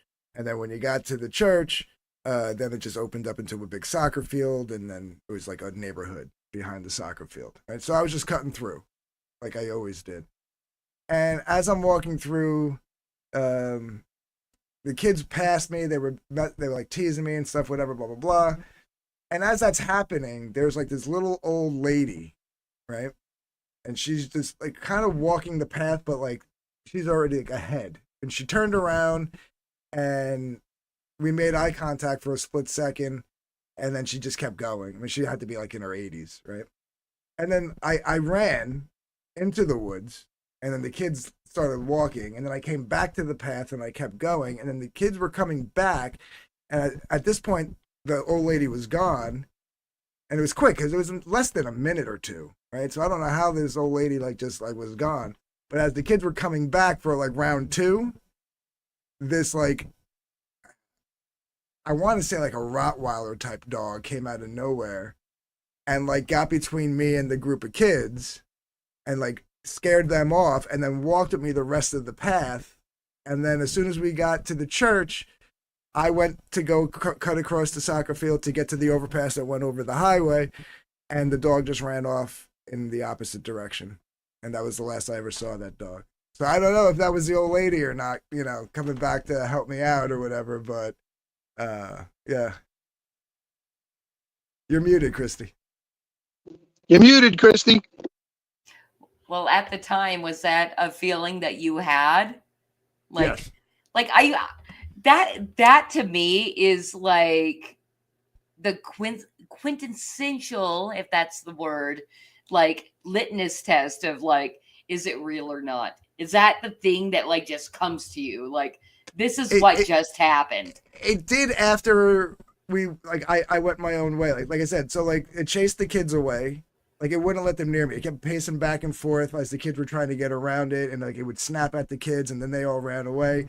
And then it just kind of came over, looked at me again, making eye contact with me, just like I had made eye contact with the old lady, and then just continued to just literally walk right next to me. And I was scared because I'm like, this is a fucking big ass dog. I'm 11 years old, Yeah. right? And this dog just walked right next to me, didn't get aggressive, and we get to the end of the path again, make eye contact, and then it just like took off. It just ran off in the other opposite direction, and I just continued on my way home. That You old know, lady had your back. I feel like the story would have also come out if the wheel landed on angels. You know. Anyway, it is time for us to leave Conspiracy Corner because we're coming up on the big 2-hour mark, and we have got to get into branding, Anthony, because basically with the brand comes your eternal invitation back to any Flip City party. And I'm sorry, we host the best parties on the internet. Okay. So after this, you will be invited back to every Flip City party. And this is the Flip City branded segment, which after almost exactly 1 year, I still don't have a fucking stinger for. But we are going to bring up what you're going to have to live read. You're going to have to read live. Can you read, sir? I did graduate high school, so they say I can. All right. So I picked a thing for you tonight because I know like the stuff you put out personally is a little bit creepy and scary and all that kind of stuff. So I want to expose you to the things that Flip City does that is creepy and a little weird, but it also kind of ties into this thing that you've been talking about being involved in the scene, quote marks. And I just kind of like think of that as Comicsgate, right? Yeah, I mean that's basically the all right. scene that We're I've just been going to be real prevalent about in. it. Yeah. It's Comicsgate, right? Mm-hmm. All right. So I'm gonna kind of read you in, and then you get a choice. Blah blah blah. All right. So many well-known evil racist gangs of killer cults erode the fabric of our nation and seek to oppress, divide, and erase us. But the biggest monsters hide in the shadows, waiting to strike. You know about the Klan? The neo-Nazis, but I bet you have never heard of these horrifying hate groups. Comicsgate. All right, so Comicsgate is not on this, but you get to choose between these 4 horrifying hate groups, and you're going to read about them. So just choose one. Okay. We'll bring it up, and then you read about it. Because that's the other thing. Like, if you take your time, because I'm going to let everybody out there know, like, this is the point of Flip City Magazine, is to expose you to things that you might have not otherwise known.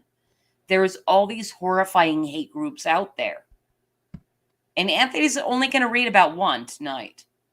All right. Well, the one that's sticking out to me is Meet Eternum. Meet Eternum. We're going to read about that tonight and tune into future Creative Chaoses for perhaps another horrifying hate group. All right.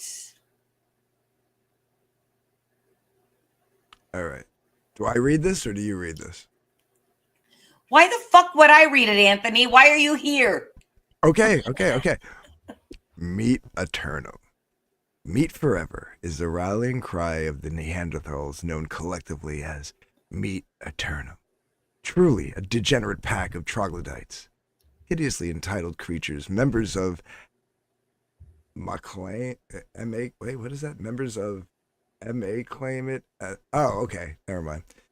Hideously entitled creatures, members of Meet Eternum, claim it as their natural right under God to consume the flesh of animals of all sorts, including cute little bunny rabbits, endangered polar bears, and Bambis, all while hiding their brutality behind the cheap justification of self-sufficiency, and all while meat is, regrettably, still easily available at any supermarket or restaurant. Meet Eternum members admittedly indulge in sick practices like rendering fats from dead animals to use as lantern oil, or even as cooking grease. These reprobates are also known to have used animal skins for clothing and rugs. Silence of the Lambs, anyone? Investigations reveal deep financial connections between Meet Eternum and the similarly motivated Anti-Veganation League, the hate group known for slandering vegans and ridiculing their nutritional theories. Indeed. Anti-Veganation members even regard the humble vegan as a danger to society for challenging and undermining their beliefs in the necessity of animal products. Vegans may admittedly have added fuel by suggesting that perhaps meat should be so expensive that only the wealthy can afford it. In reality, world hunger is easily solved by increase in soy production, but the Meet Eternum may well need to feel the pinch of more inflation before they realize that. Fuck these guys. What the hell are they talking about? Not Meet Eternum, I'm with them. But whoever wrote this, fuck them.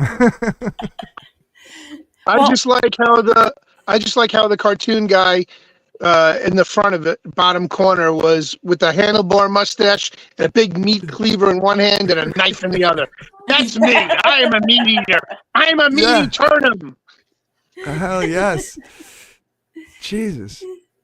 Meat and potatoes. That's all I want. Well, I can do without the potatoes, just the meat. You guys, that is just one of the horrifying hate groups, and published way back in, I think, 2022. Anyway, we here at Flip City like to keep you guys informed. And on that note, I would really love to invite our producer, Cosmic Grandpa, on to explain what he put out there during Conspiracy Corner. Cos, are you going to come out from behind the curtain or not? Pay no mind to the man behind the curtain. This is what he said. Oh, pay no attention to that man behind the curtain. There you All are. right, there he is. All right. I have to ask. I feel like you were being sarcastic, sir. About what did I put out there? I've forgotten Well, already. it's on the screen. I got chased by a pack of wild snipes once. I was being a bit sarcastic there, yes. Well, you guys were talking about being chased by dogs and skinwalkers and the like. I had to throw snipes in there just. All right. Because I had to call you out on that. I'm like, what is a snipe? What is a snipe, by the way? Anybody know? I have no clue. It was I would like to know. a trick they played on the younger Boy Scouts when I was a younger Boy Scout. There was a ritual where the older Boy Scouts would take the younger Boy Scouts out snipe hunting for these elusive snipes, which were supposedly these creatures that only came out at night, and you had to be a really clever hunter, because if you tried to sneak up on one, it would disappear, and all kinds of, it was all a gag. There is no such thing as a snipe. Are you sure? Well, I don't know. Well, I have no idea how many CIA agents came out of the Boy Scouts, but I'm sure plenty. Oh, hey, did you, Indeed. by the way, did you make it all the way up to Eagle Scout?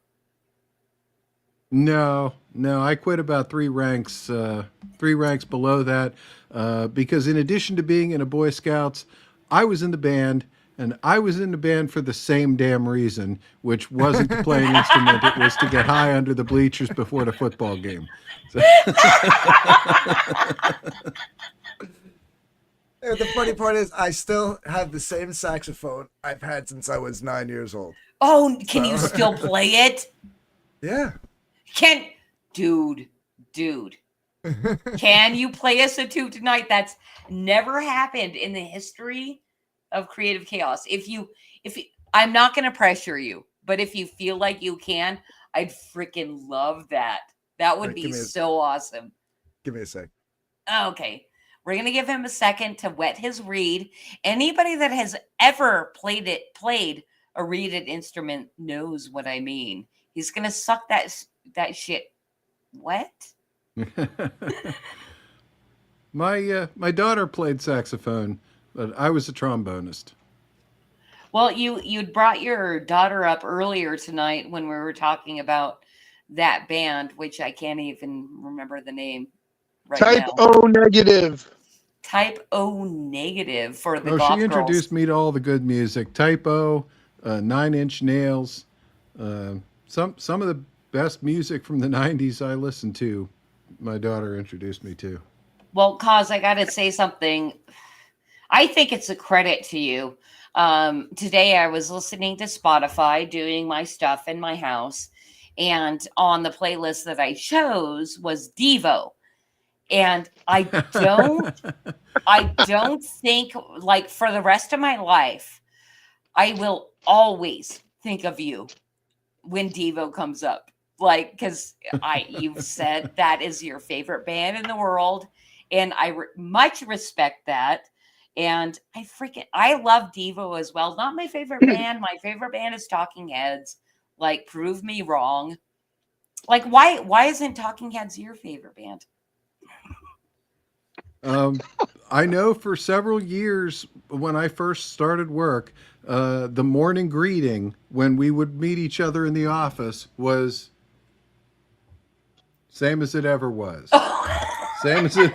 That was our morning greeting every morning. Just same as it ever was. So yeah, we were Talking Heads fans too. Yeah, I mean, why such a big suit? Anybody out there that does not know who Talking Heads or Devo is, for that matter, like, go check both of them out. It's basically like the way I think of both of those bands is it's kind of a cusp between punk and new wave. Like, it can go either way. Well, it was known as alternate rock at that time, alt rock.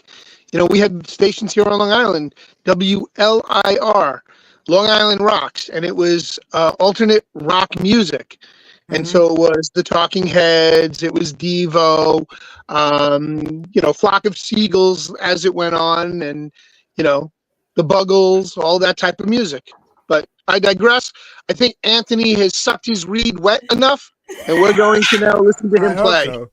This reed is so old. I mean, it looks brand new, but it's so old. Not do you one think chip you can pull in it off, though?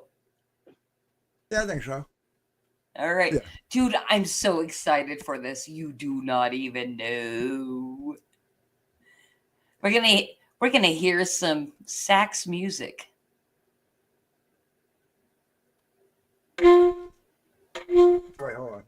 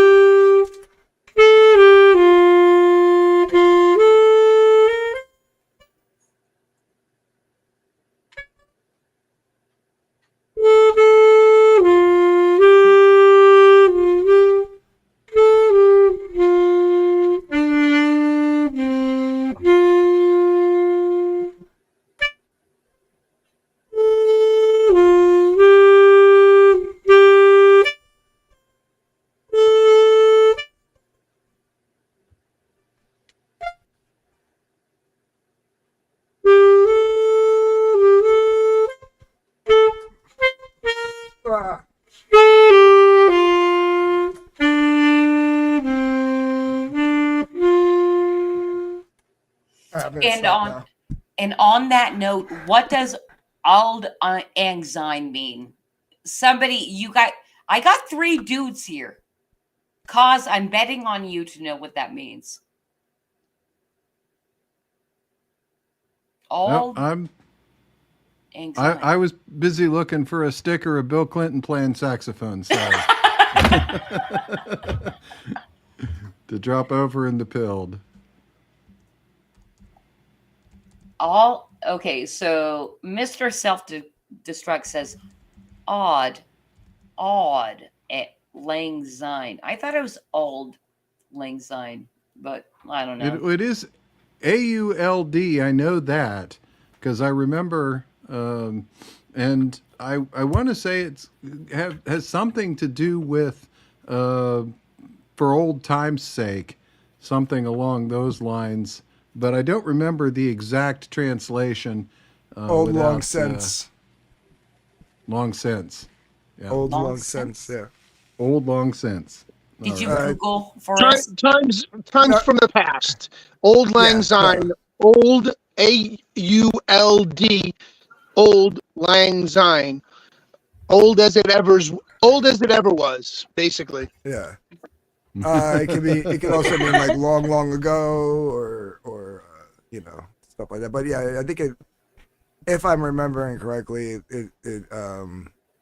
exact translation is old long since, which in Scottish Gaelic is like backwards. But yeah, yeah.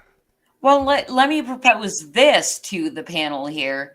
Like, don't you think like maybe it kind of, to me it seems like that is what they want to take from us, is that Auld Lang Syne or whatever, however you pronounce it.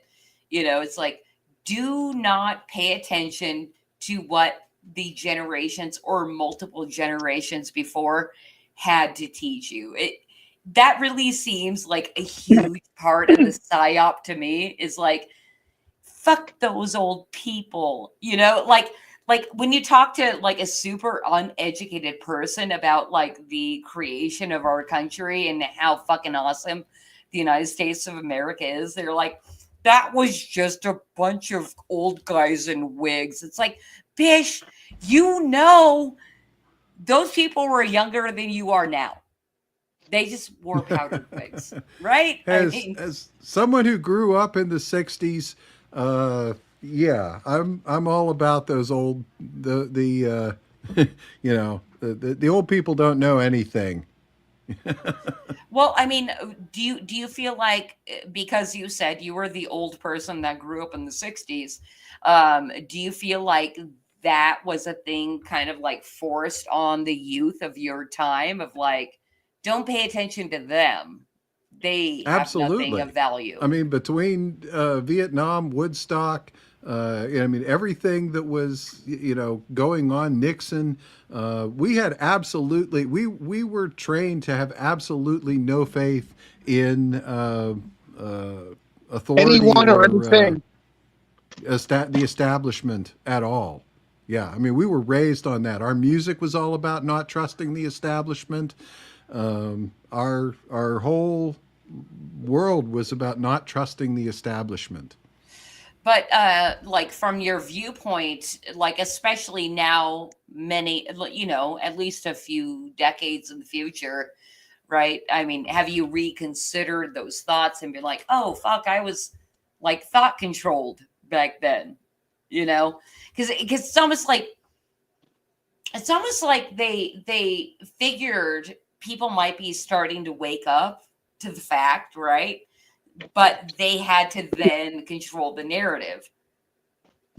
So they psyoped us sense. into not believing or listening to our elders. I guess. Okay, that's deep and definitely belongs on a conspiracy wheel. But How should yeah, we put it? Not listening to your elders. No, I mean, if you think about it, I mean, it can go even deeper, because like even in like America's old culture, pre the World Wars, right? even pre-World War One, families tended to stay together, right? But then, like somewhere along in the early 20th century, a young one moving out on their own, away from the family, became a thing. You know, you could say that was the initial step to the psyop, right? And then like cultivating the fight against authority, you know, which again would be like not listening to your elders, you know. I don't know. I'm just a little buzzed up and kind of going along with Christy's No. thought process there. Yeah, no, I absolutely agree, but also probably because, my own personal life, I've got a young adult living here and I'm like, yeah, it does kind of suck. Like, I kind of understand, not even kind of, I feel like I genuinely understand Gen Z's problem. They've been so fucking demoralized. And can you really, as a young person trying to make it in the world right now, have an apartment like I did in the 90s? No. Is that even fucking possible? But the question is, should you? Because then going back to and cultures that's the around thing the too. world. Yes, I'm like, guess what? I fucking love you. Like, if we want to make a little compound of family, that actually sounds fucking rad. We're gonna have chickens. We're gonna have a goat. Well, It's not gonna even be awesome. you don't even have to call it a compound, right? I mean, just think back to like when like farming was like the way of the land, right? Like people had acres and acres of farmland. There was the main farmhouse where like grandma and grandpa lived and most of the family lived, and maybe there was a secondary house for, you know what I mean? Like fucking Walton's over here. Right, like, Walton's came to my mind too. Yeah. So wait, you mean like the Amish? To play there in the background. No, You mean like no, the Amish like, do, right? No, like the Waltons. Well, I mean, I guess kind of, but the Amish have all their things mixed in there. But it's like kind of like it's a strange blend of like the hippie, like commune, but also it's just your family. Well, communes or communism only works on the micro level. It won't work on the macro level. Like you can have like a family living on like a farm by themselves and it'll work great, right? You try to put that into like a fucking overall arcing government and it's not going to work. No. Actually, I'm going to take it to the mid-step gray area there. It's going to work also in the community. Yeah, you can. The immediate community, not national government and anybody like. Think about it. I mean, look, you grew up in Brooklyn, you said, or the Bronx, the first 10 years of your life? Yeah. Okay. Brooklyn. So, Brooklyn. So, didn't your community pretty much, raise you? Like Miss Smith used to hang out her window with her wooden spoon. Make sure you break it. Oh yeah, no, totally, yeah.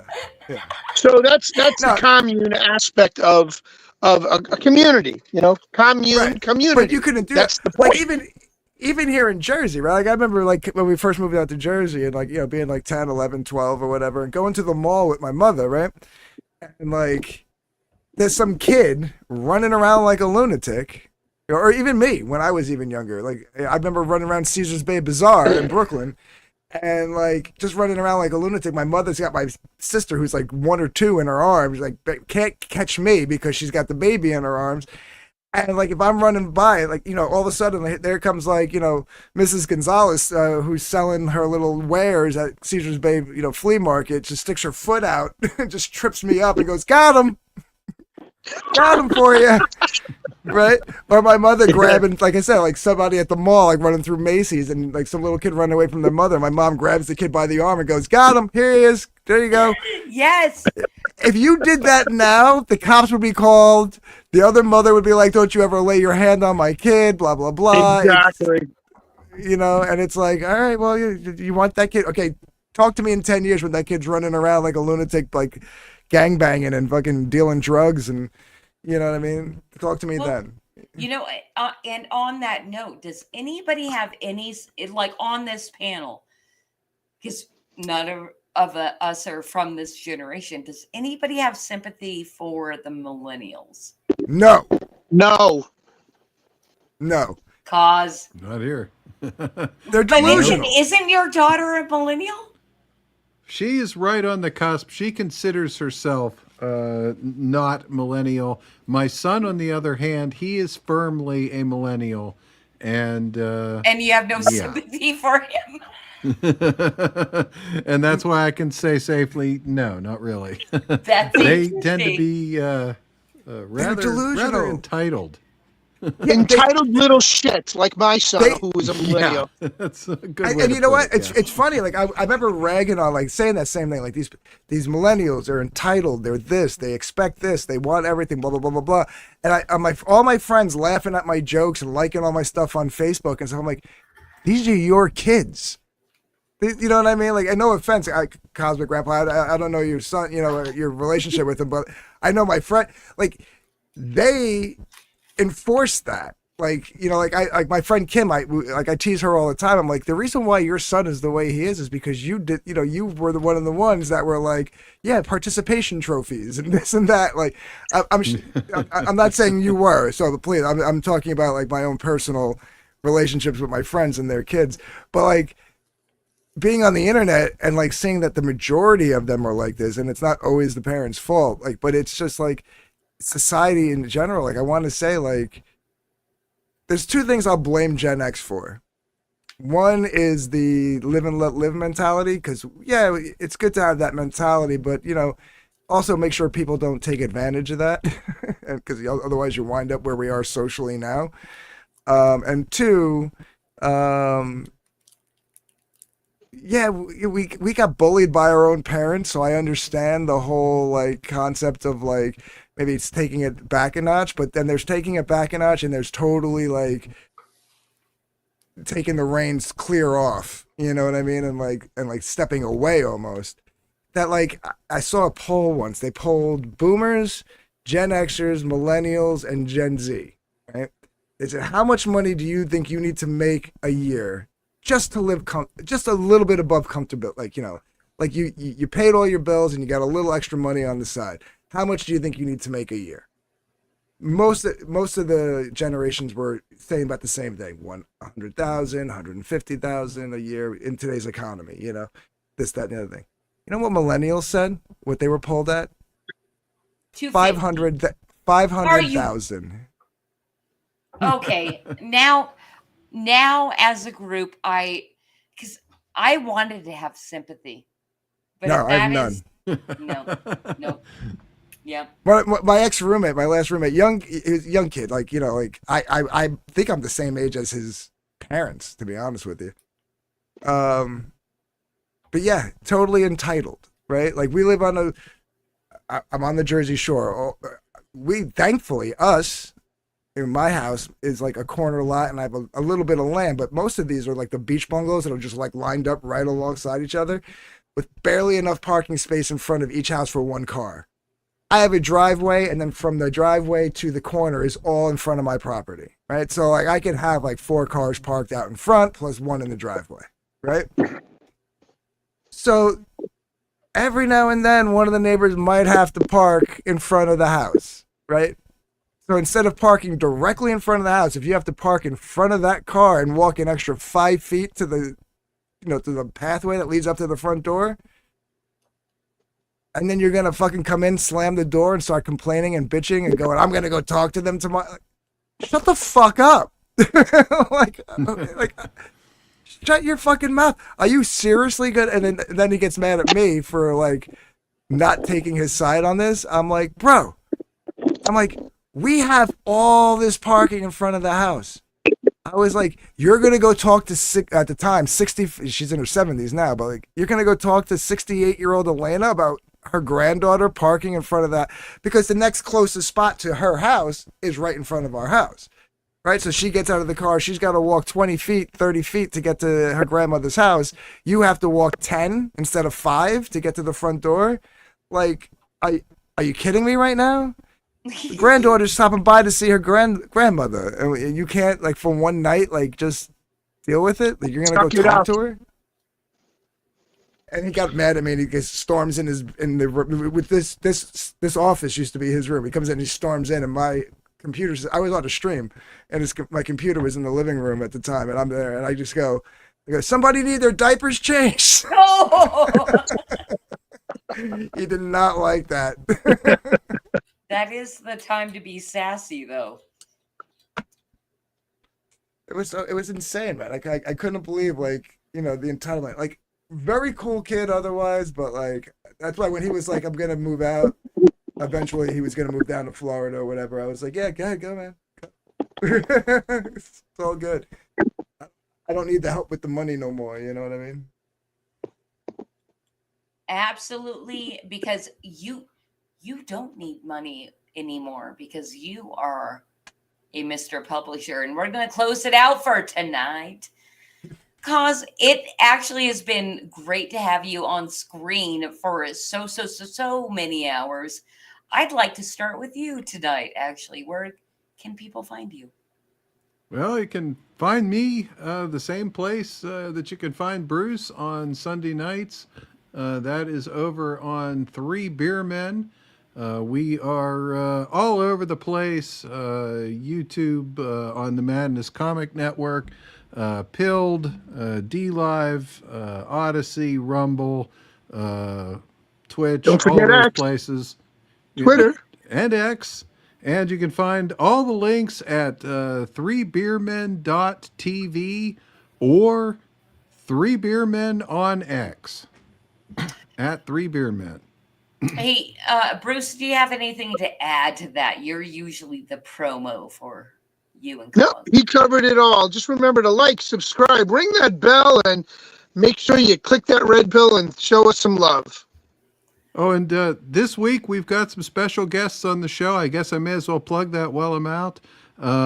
We are doing a show called We Are the Meme Media now, and we're having some guest memers on to talk about how memes influence the year 2020. Because 2020, in our opinion, is the year that memes came into the mainstream.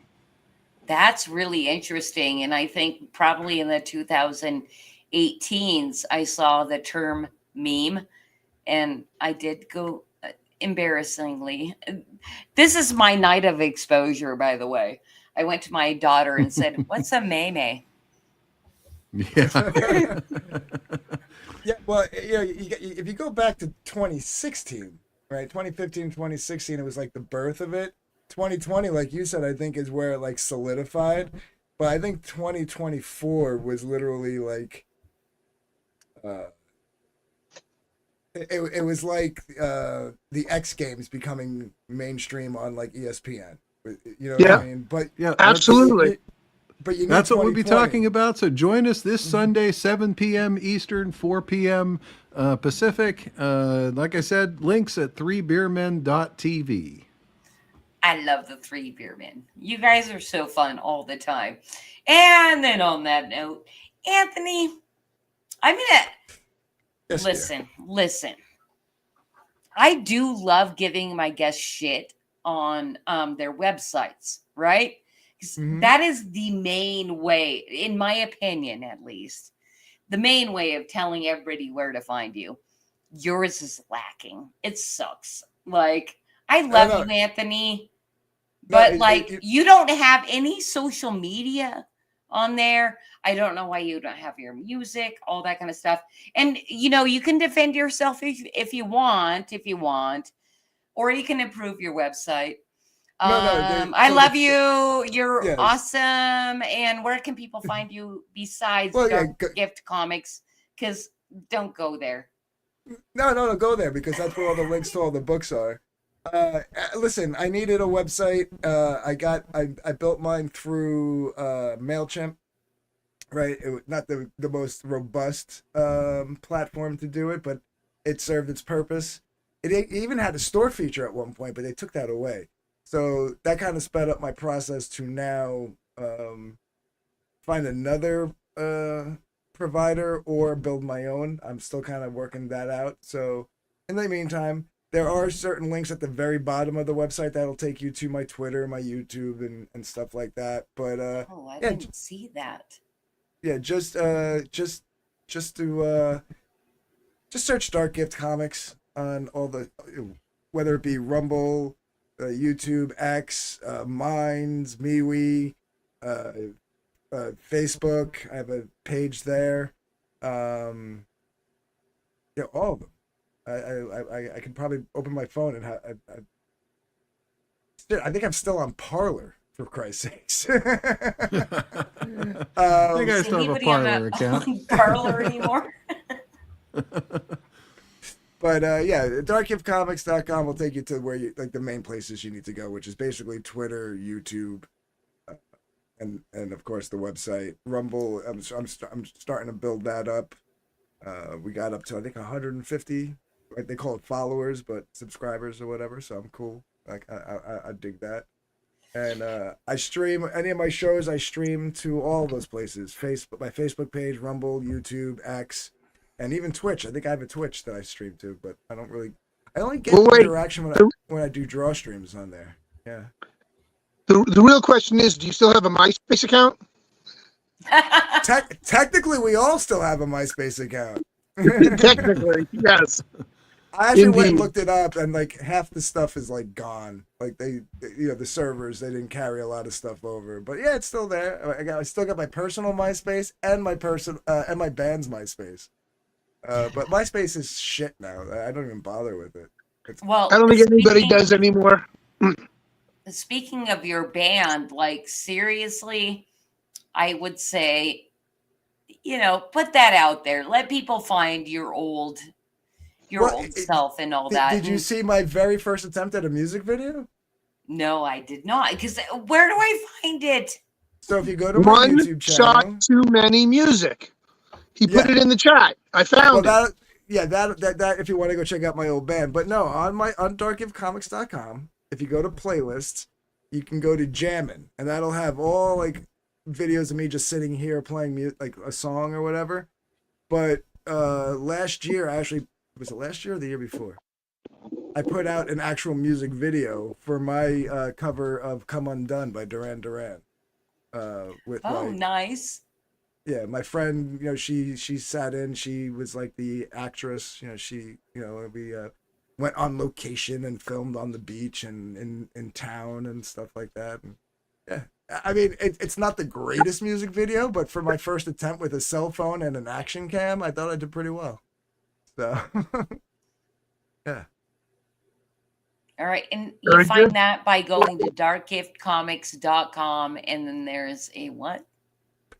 Doug, if you go to Dark Gift Comics Presents on YouTube and go to the on YouTube. And that is the thing. It seems to me, at least at this very point in time, that is the very best place to see what you're up to, right? Is the YouTube. Correct. That, yeah. All right. Yeah, YouTube and Twitter. Yeah. All right. The two biggest places. Yeah. That was what I was trying to come down to. Anyway, Batman's obviously getting very sleepy. You guys. That's my bedtime. Very much so, sir. Check out flipcitymag.com. We've got all kinds of shit there because unlike Dark Gift, we have a banging website. You can find everything there at flipcitymag.com. Yeah! Did you middle finger me? Maybe I did, maybe I didn't. I don't know. and besides that, of course, every Thursday night we have Creative Chaos.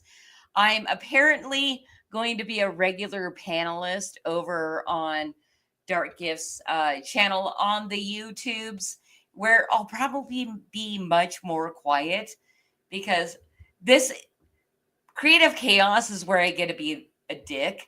And then I'm not going to shit on your carpet, Anthony, except for maybe a little bit. Be a dick. But I'm a girl too. That's what the Madhouse is about. I am the token girl, and so I'm going to feel out my space over there, and we're going to have a good time. And I'm super excited to get to know you. Just to let you know, I really truly am super excited to get to know you more and the friends you've built up within the indie comic space that I might know, I might not know, all that kind of stuff. But I've had fun hanging out with you on Yeah, the no, you're awesome. slums, right? Yeah, it's like I said, it was called the Slumlords. Now it's the Madhouse, the Slumlords podcast. Um, No, definitely let loose. That's what the show's about. 10 p.m. Eastern on Wednesday nights. Christy is a new regular member. She might not be there every week. It's up to her. I don't force people to be there. Oh, I actually really appreciate that. It's not like if you don't show up this week, you can't be on anymore. No, that's why I have like a nice select, like a robust group that have the link every week, because sometimes it's just 3 of us, sometimes it's like 10 of us, you know what I mean? It just depends on who shows up. And the fact that, like I said, like I'm expanding it out of the indie comic scene into the indie magazine and indie book, and like I said, as a musician, I'd love to get another musician on there, because sometimes I nerd out about music and the rest of the guys are looking at me like I have no clue what you're talking about when you're talking about like mixing boards and amplifiers and shit, But somebody else might know that kind of stuff. We can nerd out about it. We can even talk about like the culture war in the music scene, because there is a big culture war in the music scene. It just goes underlooked because the record labels have so much influence. P. Diddy, anybody? Yeah, there you go. There you go. Well, I mean, that's kind of the benchmark of the industry music scene and what had to be done to make a name. Anyway, on that note, P. Diddy, everyone, thank you so much for I don't know coming. should I salute that? Yeah. The fact that he might be going to jail, he might get Epstein, absolutely. Anthony, cheers. Okay, I'll salute that. I'll P. salute Diddy, that. and this is normally when we say goodnight. Happy New Year, everybody. This was a fantastic show. Thank you, of course, Cause and Bruce, and my unofficial but official wrench holders over on the YouTube for smacking any trolls, but we haven't attracted that many. Let's make that a goal for 2025. Let's bring in the trolls so our mods have something to do. All right. So good night for tonight. We'll see you guys next week. Bye. Later. Thank you.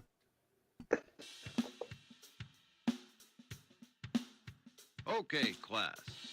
List everything insensitive, exclusionary, bigoted, nationalistic, misogynistic, and offensive that you can find in history's great myths and legends.